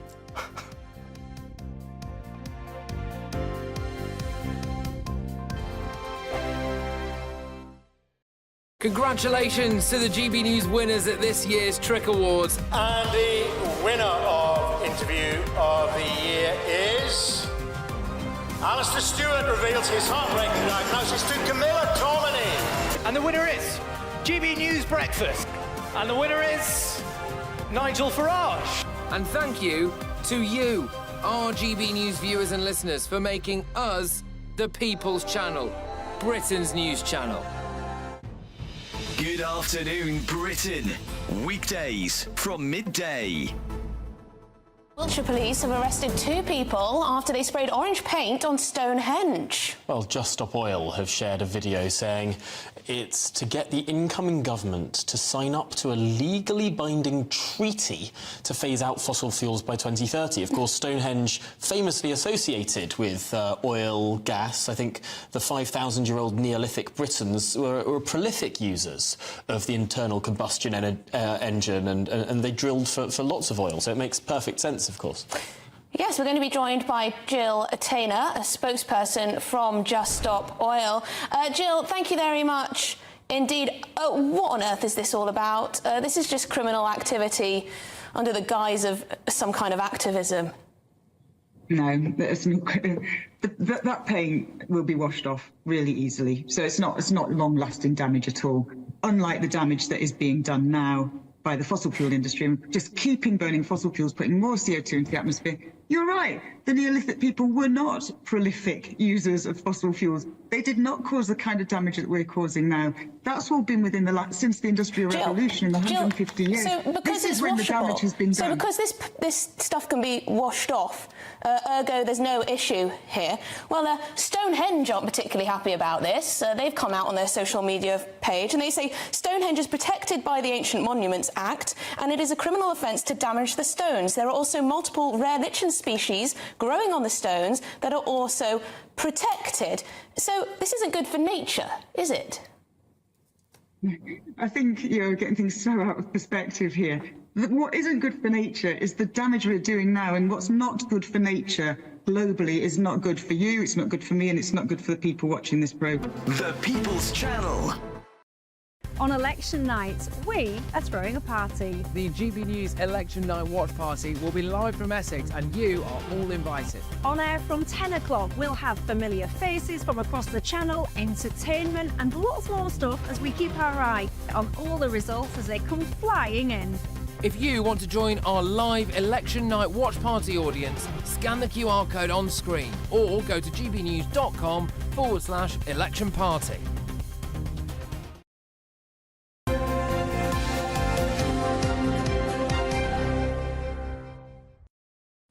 Right, time for the papers at 8:46 with political commentator Shahab Mossavat and political consultant Suzanne Evans. Good to see you both once again. Shahab, let's have a look at the front of the mirror, should we? Looking at the dire state of the NHS. Yeah, I mean, this is appalling, isn't it? In 2024, after the NHS has been around for as long as it has been, that this is the state that we find in Stockport today, that there is this ward flooded, when there is a shortage of ICU space, the desperation for these spaces, that the infrastructure is just absolutely collapsing. Why is that? I think it's not a question of underfunding. I actually think it's a question of structure. I think it's to do with the way that these trusts have been set up, that there is all this bureaucracy that gets in the way, that clinicians who actually traditionally always were the best people to make these decisions have been removed from the decision making. making, and I don't think this is about a crisis under Tory rule, as Daisy Cooper and other people want to say, and the Labour Party want to say. I think this is actually endemic of the way that we've decided we're going to run the NHS. That top down. The Department of Health has dictated to them and structured them in a way that just doesn't function. Yeah, I do agree in terms of the bureaucracy, certainly. But, you know, this line that this is a hospital that's been battered by Tory cuts is what the Mirror says, is, I think, a little bit disingenuous. You know, the NHS has never been better funded. It's got more money in real terms than ever before. Interestingly... But we're also treating more things. We're also treating more things and, of course, more people as well. And but the other, interestingly, this incident happened in March. All right. So I think the Mirror must have sat on this for a while, and now it's brought it out. The other interesting thing in the story, of course, is now the doctors' unions are saying they will talk to Keir Starmer when he's Prime Minister, which I've been saying for a long time now. I think a lot of the strikes within the NHS have been politically motivated, and I think, again, there's more proof of this here. Well, I think a lot of people, though, may just think, well, as long as it ends. Well, it's got to end, obviously, yes. To be fair, though, the doctors' unions have been wanting to talk to the Health Secretary anyway, and there's been the big complaint has been they haven't come to the meeting. Well, I think, you know, when you're starting from a baseline of they want a 45% pay increase... Or 35. 35% pay increase, you know, it's pretty high. But the junior doctors are also saying in their defence that they would also be taking this action even if Labour get in and they don't come to the table and meet their demands as well. So it's, you know, in their defence, they're not here to answer it. It is not a political point. They are genuinely holding out for that. No, the BMA has never been a particularly militant union. This is about as militant as they've ever been. But, you know, the thing that gets to me is that it feels like those 7.5 million people who are on those waiting lists are hostages to fortune. They are political capital that are being spent by both sides, quite frankly, and it's shameful. OK, let's talk VAT, should we? Oh, no, actually we won't, because that's another Shahab story. Suzanne... let's talk 20-mile-an-hour speed limits. This is in the Telegraph, and actually a lot of this down to in London. So they're talking about London. So the Mayor of London, Sadiq Khan, put in a blanket 20-mile-per-hour speed limit across London. And what's there now? Is that what it is? Yeah, pretty. I mean, it's not on every street in London, but it's in most streets. It's now 20 miles per hour, and the numbers have been crunched. And the Telegraph suggesting that this costs London motorists a working day every year in delays. Nearly an 8-hour delay every day. And that's only if you do 5,900 miles a year. Obviously, if you're doing more than that, and you will be if you're a tradesman, for example, working around London, the delays are going to be considerably more than that. And is it actually helping traffic safety? Potentially not. Belfast went 20 mile per hour in 2016. There's been no statistically significant difference in the number of crashes. I don't know what it does to pollution. They're saying. Plus pollution, absolutely. Frustration. Drivers are probably getting more frustrated. I'm passionately anti-speeding. I am not the kind of you know, speedophile type of person at all. But I think 20 miles per hour, when you're stuck on often in London, a kind of main road, there's no pedestrians around, you've got wide pavements, and you're doing 20 miles per hour, and you're thinking, is this really necessary? But there is no war on the motorist, claim both parties. I think there's a huge war on the motorists, probably from both parties. Shahab, what do you reckon? I think where transport is concerned, that the mayor, that Sadiq Khan, has really failed. I mean, I think he's failed the capital across the board, whether it's to do with his 20 miles per hour, whether it's traffic calming, whether it's to do with charge points for cars, whether it's to do with the tube. It's just been a catalogue of failures. Well, except, and whereas I mean, someone who doesn't live in London, looking at it, I'd sort of tend to agree on the surface. But the problem is he's just been re-elected with an increased majority. Because I think the opposition was so poor, and also because obviously the Conservatives are so unpopular. And they didn't support Susan Hall. You know, her campaign was shambolic, not because of her, but because of lack of support from the party nationally. Agree. Any case, we can lift people's moods by Oh, can telling we? them what to go and do with a bovine, a cow. Oh, bovine, right, Yeah. OK. OK. So, Chab, Yeah. what should you do to lift your mood that involves a cow, basically? Well, look, this is a light story, but at the same time, there is a serious point to it as well. A lot of people, including myself, are very scared of cows. Really? Yeah. Get a grip, Chab. Listen, Get a grip. Stephen, Dangerous animals. Stephen, they're big. Can be. They're huge, big things. They weigh a ton, 600 kilograms in this case.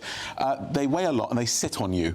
If you get in their way, they sit on you and they crush you. They sit on you. They will sit on you and they will crush you. You know that will walk up to you and sit on you. I don't want to go into my personal life, but you know it doesn't bode well. If you get into their field and they get offended, they will come and sit on you and they will not move and they will suffocate you. But back on this point. This is the story. It's true. As a country boy who was herding cows down the village when I was about 8, I've never heard of that one before. You've never been sat on by bovine. No. My aunt, she used to sit on bovines, though, because she used to ride a cow. Well, fair enough. Well, that seems the natural order of things. But the story is of Dave Mountjoy. His brother sadly committed suicide, and he was looking for an alternative way to meditate and what have you, and he made this connection with cows.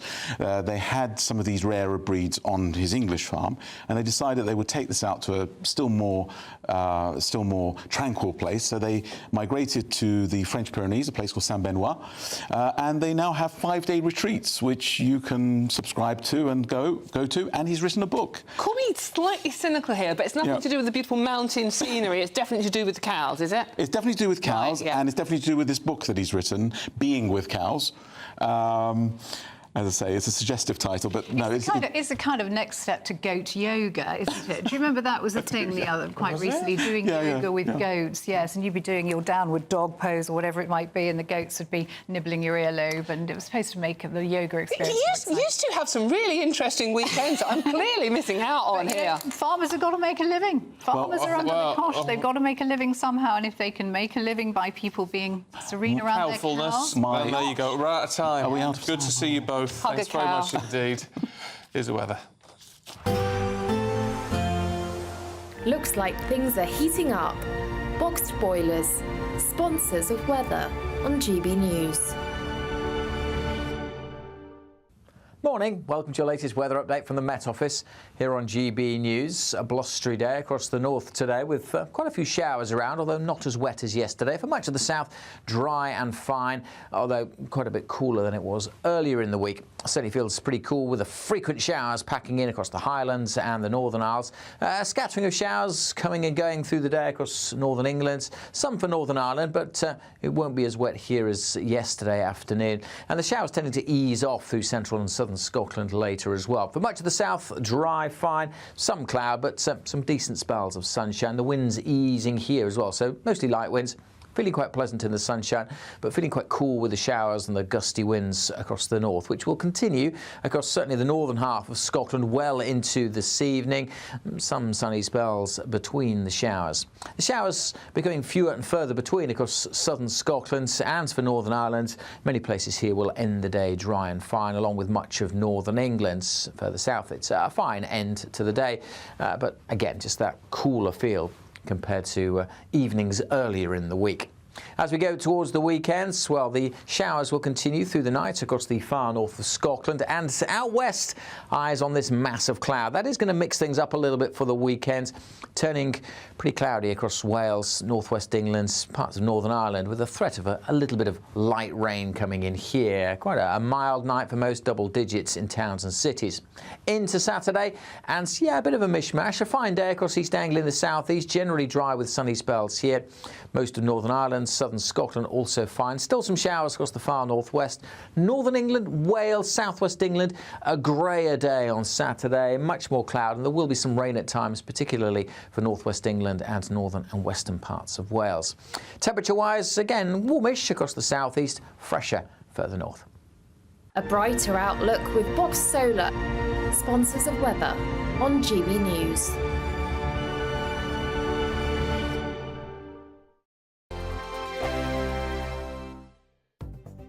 The latest GB News travel.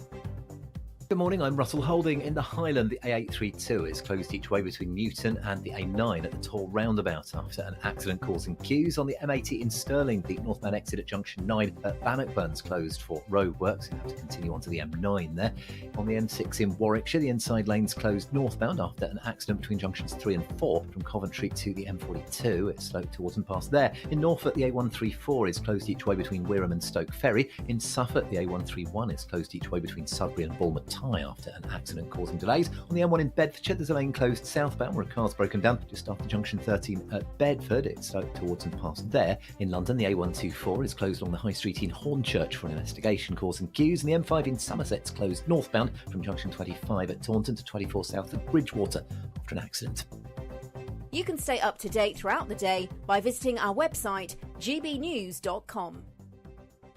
It's the final week to see how you could win big this summer. First, there's a fabulous £15,000 in tax-free cash to ensure this summer is special. What would you spend that on? Next, you'll also receive the latest iPhone 15 and a set of Apple AirPods. And finally, £500 to spend at your favourite UK attraction. You have to hurry as lines close at 5 p.m. on Friday. For another chance to win the iPhone, treats and £15,000 cash, text prize to 63232. Text costs £2 plus one standard network rate message. You can also enter online at gbnews.com/win. Entries cost £2 or post your name and number to GB06 PO Box 8690 Derby DE1 9TT. UK only. Entrance must be 18 or over. Lines close at 5 p.m. on Friday. Please check the closing time if listening or watching on demand. Good luck. I'm Christopher Hope. From pop stars to politicians, I'll interview anybody in a pub who's got a political opinion. Join me every Friday on Spotify, Apple Podcasts, YouTube or gbnews.com, or wherever you get your podcasts. GB News, Britain's election channel. If you want your news to be straight talking, this is a nightmare for the Conservatives again. Down to earth. It's not just Nottingham where this is happening, is it? And most importantly, honest. Hard-working, middle-class taxpayers, they'll get their book thrown at them. Then catch me, Martin Daubney, Monday to Friday, 3 till 6 p.m. on GB News, Britain's news channel. Every Saturday, 10 till 12, we'll bring you all of the news that you need to know. We'll also remind you that there is so much to smile about. It's my favourite time of the week. I get to relax, enjoy some light-hearted stories, and let Ellie teach me about fashion too. That's Saturday Morning Live, every Saturday, 10 till 12. Only on GB News, Britain's news channel.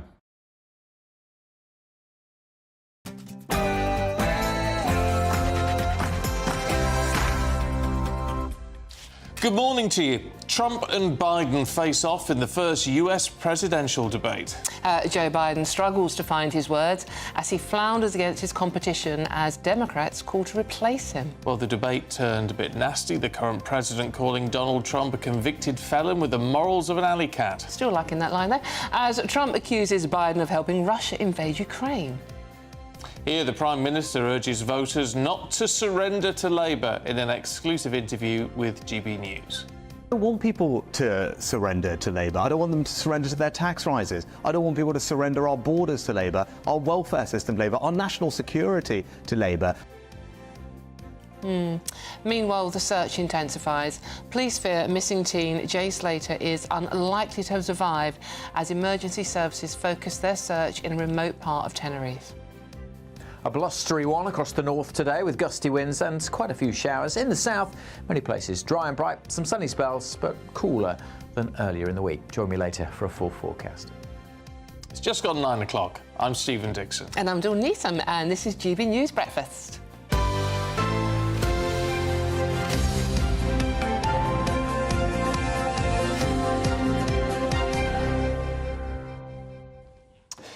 Right, let's have a look at what's happening on the other side of the Atlantic, should we, before we turn our attention to politics over here, because things are heating up ahead of November, of course. Joe Biden and Donald Trump traded blows in the first debate of the presidential election this year.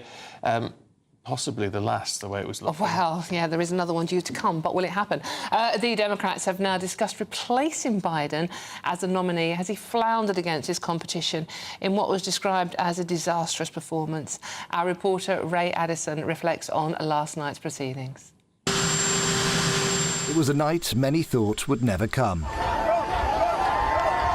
After repeated taunts from his predecessor, President Biden agreed to go head-to-head with Donald Trump in a presidential debate. The primetime face-off, giving Americans a vital opportunity to see the two White House contenders sparring over key issues before polling day. The public tuned in their millions to see if Biden could cope amid ongoing rumours that he's in cognitive decline. And it wasn't an ideal start for the incumbent president, grinding to a halt over healthcare just 10 minutes into the debate. Eligible for what I've been able to do with the with the COVID, with dealing with everything we have to do with. Look, if we finally beat Medicare. Thank you, President Biden. Although Biden continued to struggle, he did manage to score points focusing on Trump's criminal convictions, January 6th, and his colourful past. What are you talking about? You have the morals of an alley cat. The only person on this stage is a convicted felon is the man I'm looking at right now. And the fact of the matter is, what he's telling you is simply not true. The fact is that there was no effort on his part to stop what was going on up in Capitol Hill. And all those people, every one of those who were convicted, deserves to be convicted. In return, Trump went hard on Biden's foreign policy, criticising him over Afghanistan, blaming him for the war in Ukraine, and claiming that he could stop the conflict as soon as he was re-elected. He did nothing to stop it. In fact, I think he encouraged Russia from going in. I'll tell you what happened. He was so bad with Afghanistan. It was such a horrible embarrassment, most embarrassing moment in the history of our country. Republican pundits will no doubt focus on Biden's speech, which at times appeared slurred and stumbling, whilst Democrats will claim Trump is simply not fit to be president, peddling dangerous rhetoric over immigration and abortion. With no candidate scoring a killer blow, it may leave the American public scratching their head, and those undecided still wondering who to vote for. Their next chance to decide comes when the candidates face off in September, just 2 months before the general election. Ray Addison, GB News. Well, in the studio now, Professor Colleen Graffy, former diplomat under President George W. Bush and a law professor at Pepperdine University. Good to see you. Nice to see you in the flesh for a change. It's wonderful. What are we to make of all of this? Because whatever Trump said in this debate, and there's a lot of questions about his honesty or whether he answered the questions properly at all, it's all being overshadowed by this performance of President Biden, which, if you want to put it lightly, was concerning. It does appear that the big winner was the moderator, Dana Bash and Jake Tapper. Everyone is applauding them, and it might even shift some viewers from Fox News to CNN, which normally they would disdain. So they were the big winners, and Americans, actually another good result is they're united across the political divide in asking, is this the best America can do? So there's this one moment of unity where all Americans are, as you said, scratching their heads saying, what is this? So it was a very disappointing debate. Now, for Trump, it's easy if you can make stuff up. And there's a lot of criticism that there was not fact-checking happening at the same time. But, of course, that would be so stilted and it just wouldn't have worked. The fact-checking is being done afterwards, but the damage is already done because he appeared to be fluent. Biden actually had the facts and the substance, but he was unable to articulate it. And that was really his job last night, was to show that he was capable of doing the job and that his age wasn't catching up with him. And it clearly, that was not the result that he wanted last night. Do you think that's the general feeling in America at the moment, is the disappointment at the debate last night, and this is where American politics are? And we're having similar in this country, I know, but I found it incredibly sad watching Biden last night. It was, and I'm sure his team were very disappointed because that really was his job, is to show that he was up for the job. Now, there's discussion about, is there time to replace him? And there probably is, but that is going to be a tough decision. And some Democrats are saying, how can we keep him as the nominee? And others are saying, how can we keep him from being the nominee? He has to make that decision. And it's unclear that that's something that he would do. I know there is an argument to say he could be considered unfit for it. I mean, I hate to say it, but it looks like a real possibility. You can't imagine how someone in his position is going to be in charge for the next 4 years from January. Well, I'll just take a slight exception with that, because really the view was the narrative was he has Alzheimer's and dementia. He clearly doesn't. You don't stand up for 90 minutes if you have Alzheimer's. So let's just put that one to bed. But he is old, and he has an old person's reaction. And so on the one hand, you could say, well, he doesn't have to debate as his job. He needs to get a good team of people. He's wise. If he has time to say what he wants to say, it's not going to be an issue, because he's going to have good people around him making good decisions, along with he can make decisions. He just can't stand on his feet. But there is only 3 years difference between Donald Trump and Biden. I mean, sort of like Trump is 78. So if we're talking another 5 years down the line. But again, what we're describing is, does he have that look on television? Trump does, Biden doesn't. But is that what we need in the president? We need someone who's going to make the right decision on Ukraine. And we have fears that Trump is not going to do that. And I'm a Republican, but there's great fears that Trump might pull us out of NATO.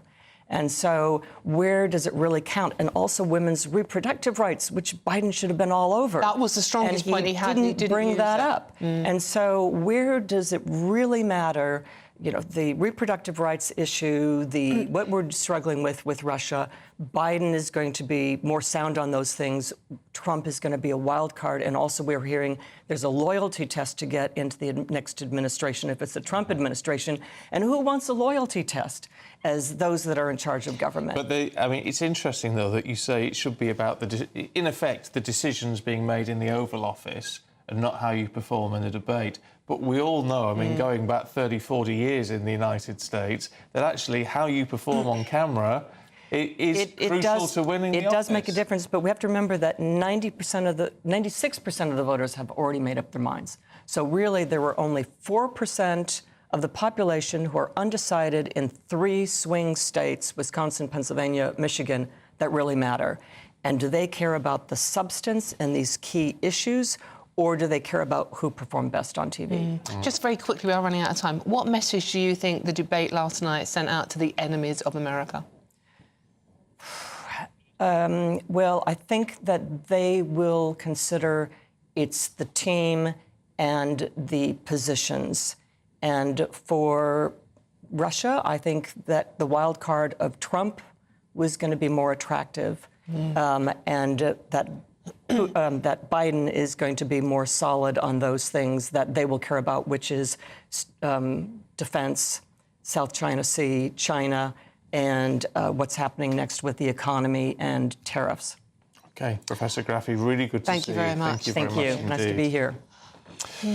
Right then, to politics over here, because Rishi Sunak has warned the country not to surrender to the Labour Party at the next election. The Prime Minister acknowledges that the public was frustrated, but cautioned against giving Labour a blank cheque on public spending. Well, it comes as a GB News People's poll puts Labour in the lead, the Tories trailing in third, quite a long way, 6 points behind Reform in second. Yes, Rishi Sunak spoke to our political editor, Christopher Hope, yesterday.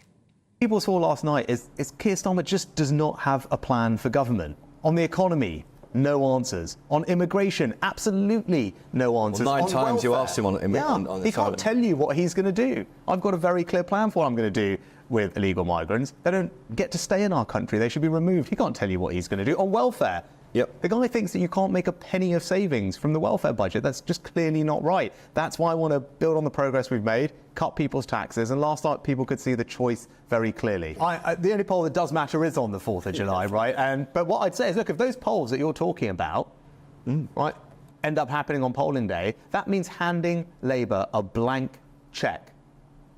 blank check. You can't get it back. But I'd say to everyone watching that those polls aren't destiny. Right? If I'm everyone's Prime Minister, I go to that NATO summit, increasing our defence spending to 2.5% of GDP, because this is the most dangerous time our country has faced in decades. We need to keep people safe. We need to get our allies to invest more. Keir Starmer's your Prime Minister. He goes to that NATO summit. What's the first thing he's done? Cut defence spending. When people are cheating at gambling, it is illegal. We have laws against that. The Gambling Commission investigate people who they suspect of doing that, and they should do that. When I learned about all of this, I was furious. Like everyone would be furious. The idea that people would do something like that is just the antithesis of what public service is all about. I've been your Prime Minister, everyone's Prime Minister, for 18 months. In that time, we've taken significant action.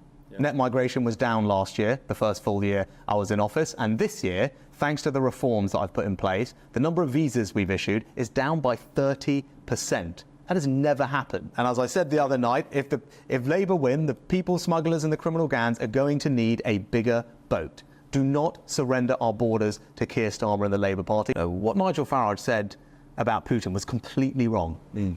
Plays into Putin's hands.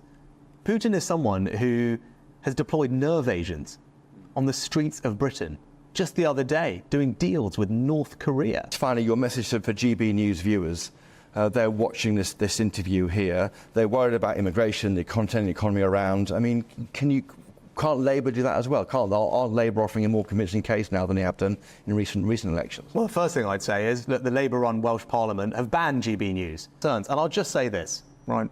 I get that people are frustrated with my party, with me. It's been a difficult few years with COVID, the war in Ukraine. We haven't got everything right. We haven't made as much progress as we would have liked in some areas. But this is not a by-election. Your vote can make a difference. This is a choice about our country's future and the impact it will have on your family finances. Do not give Labour a blank cheque to do what they want. Do not surrender to them. All right, let's talk to former Minister for Skills, Apprenticeships and Higher Education, Robert Halfon, who's here. Good to see you. Good morning. This morning. Look, he's clearly been told and briefed on this surrender line. That's just what I was going to say. Surrender every other sentence. I mean, heck, is that the right language to be using? Well, he's got a point, because we know that if Labour win, they'll go after our pensions, they'll put up fuel duty. Do we know that? Well, every time they've been asked, they refuse to deny it. We've cut fuel duty. Rishi cut fuel duty by 5p. It's something I campaigned on my whole parliamentary career.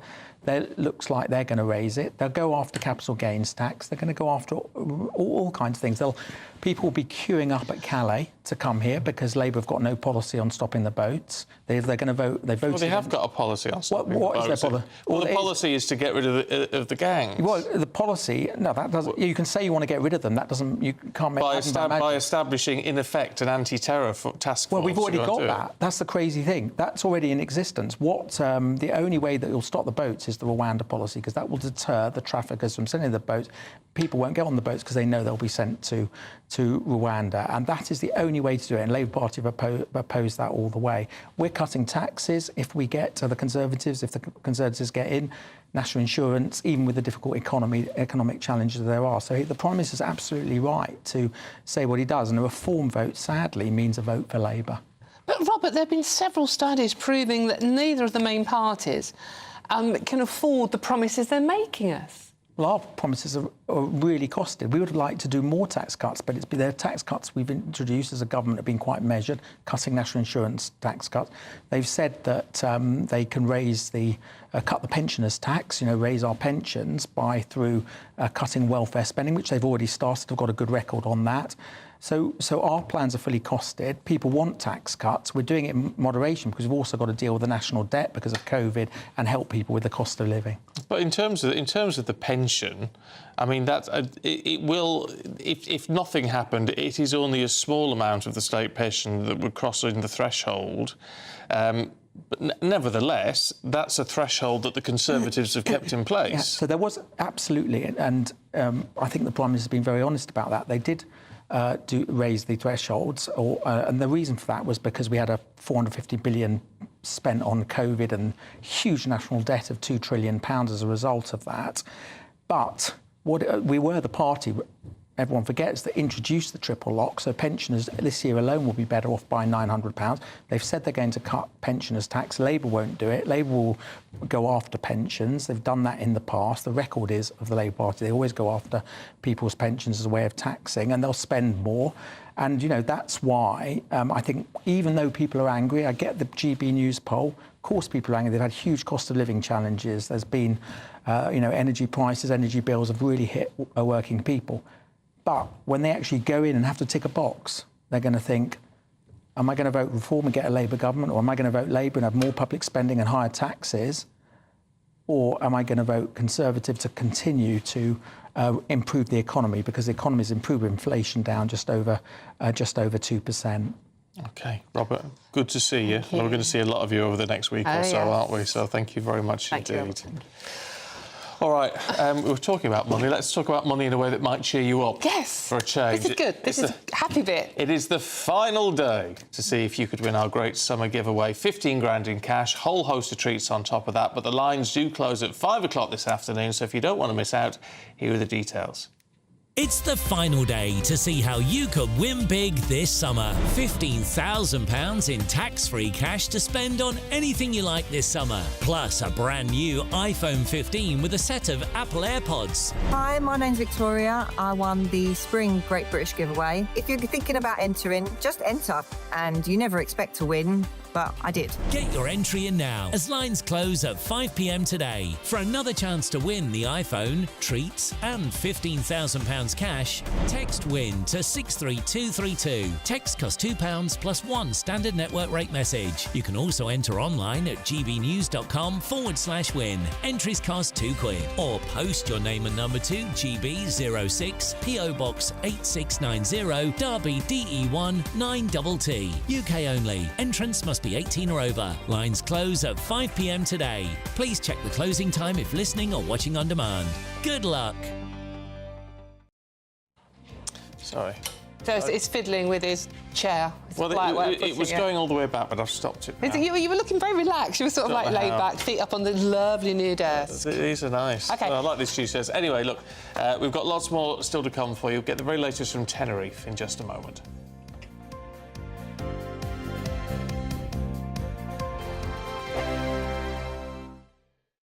Congratulations to the GB News winners at this year's Trick Awards. And the winner of Interview of the Year is... Alistair Stewart reveals his heartbreaking diagnosis to Camilla Tominey. And the winner is GB News Breakfast. And the winner is Nigel Farage. And thank you to you, our GB News viewers and listeners, for making us the People's Channel, Britain's news channel. GB News is Britain's election channel. And when the big stories break, we're tackling them on Britain's newsroom. When we disagree, and we disagree a lot, it's even livelier than normal. We don't disagree that much. We do. His comedy, though, is revolting. I knew her, unlike you. That explains Beverly Turner's temperament. It's a bit frosty in here, isn't it? He'll have one of me one day.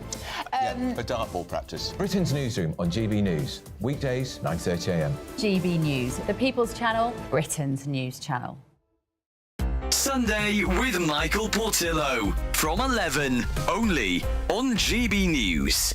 We've been talking about the White House is concerned with playing down concerns about the health of President Biden, who's apparently taken to freezing during public events. Italy's Prime Minister Giorgia Meloni was seen herding the president back into a photo with world leaders after he shuffled aimlessly away from the group. In the last few days, videos and images of the president freezing at a fundraising event went viral, but the White House stated that they were deceptively edited cheap fakes. With me now, again, is my panel, the historian and broadcaster Tessa Dunlop and the associate comment editor of The Telegraph, Mujaz Ahmed. Mujaz, I mean, you are a journalist. What about this idea that in some way the images could be fake? They could be fake, and some of them will be fake. But the reason these AI images or AI videos or weirdly edited videos are a problem for the White House is that people have seen enough of Biden freezing in real life. It's not going away, this one. It's perception versus reality, but as Mustafa said, it doesn't matter because it's now become Biden's reality, which is bushfighting these questions about his ability connected to his age. I don't understand where you go from here. He's got a vice president who isn't presidential material, who I think polls worse than he does, despite these, you would call them ageist. In many ways, it's about his competence, isn't it? It can make a big difference when the president whose competence, mental competence, is under question, is running on the matter of competence itself. They're trying to paint Trump as being incompetent, as being not presidential, as being unable to lead, while they have a candidate who struggles to get off the stage. Yeah. That's the issue for them. And it's not really about age. He's not much older than Trump, as you say. It's about the appearance of age. GB News, the People's Channel.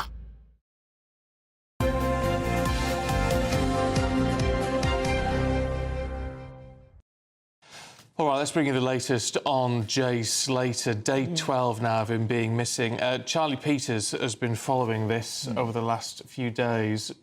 Where are we? What are the police saying at this stage? Well, they're not saying very much, but judging by their actions, they've certainly changed their strategy in this search. We have now seen the Civil Guard moving into some caves above a ravine that they were previously searching, having moved further down into that very rocky, very difficult and mountainous terrain in the northwest of Tenerife.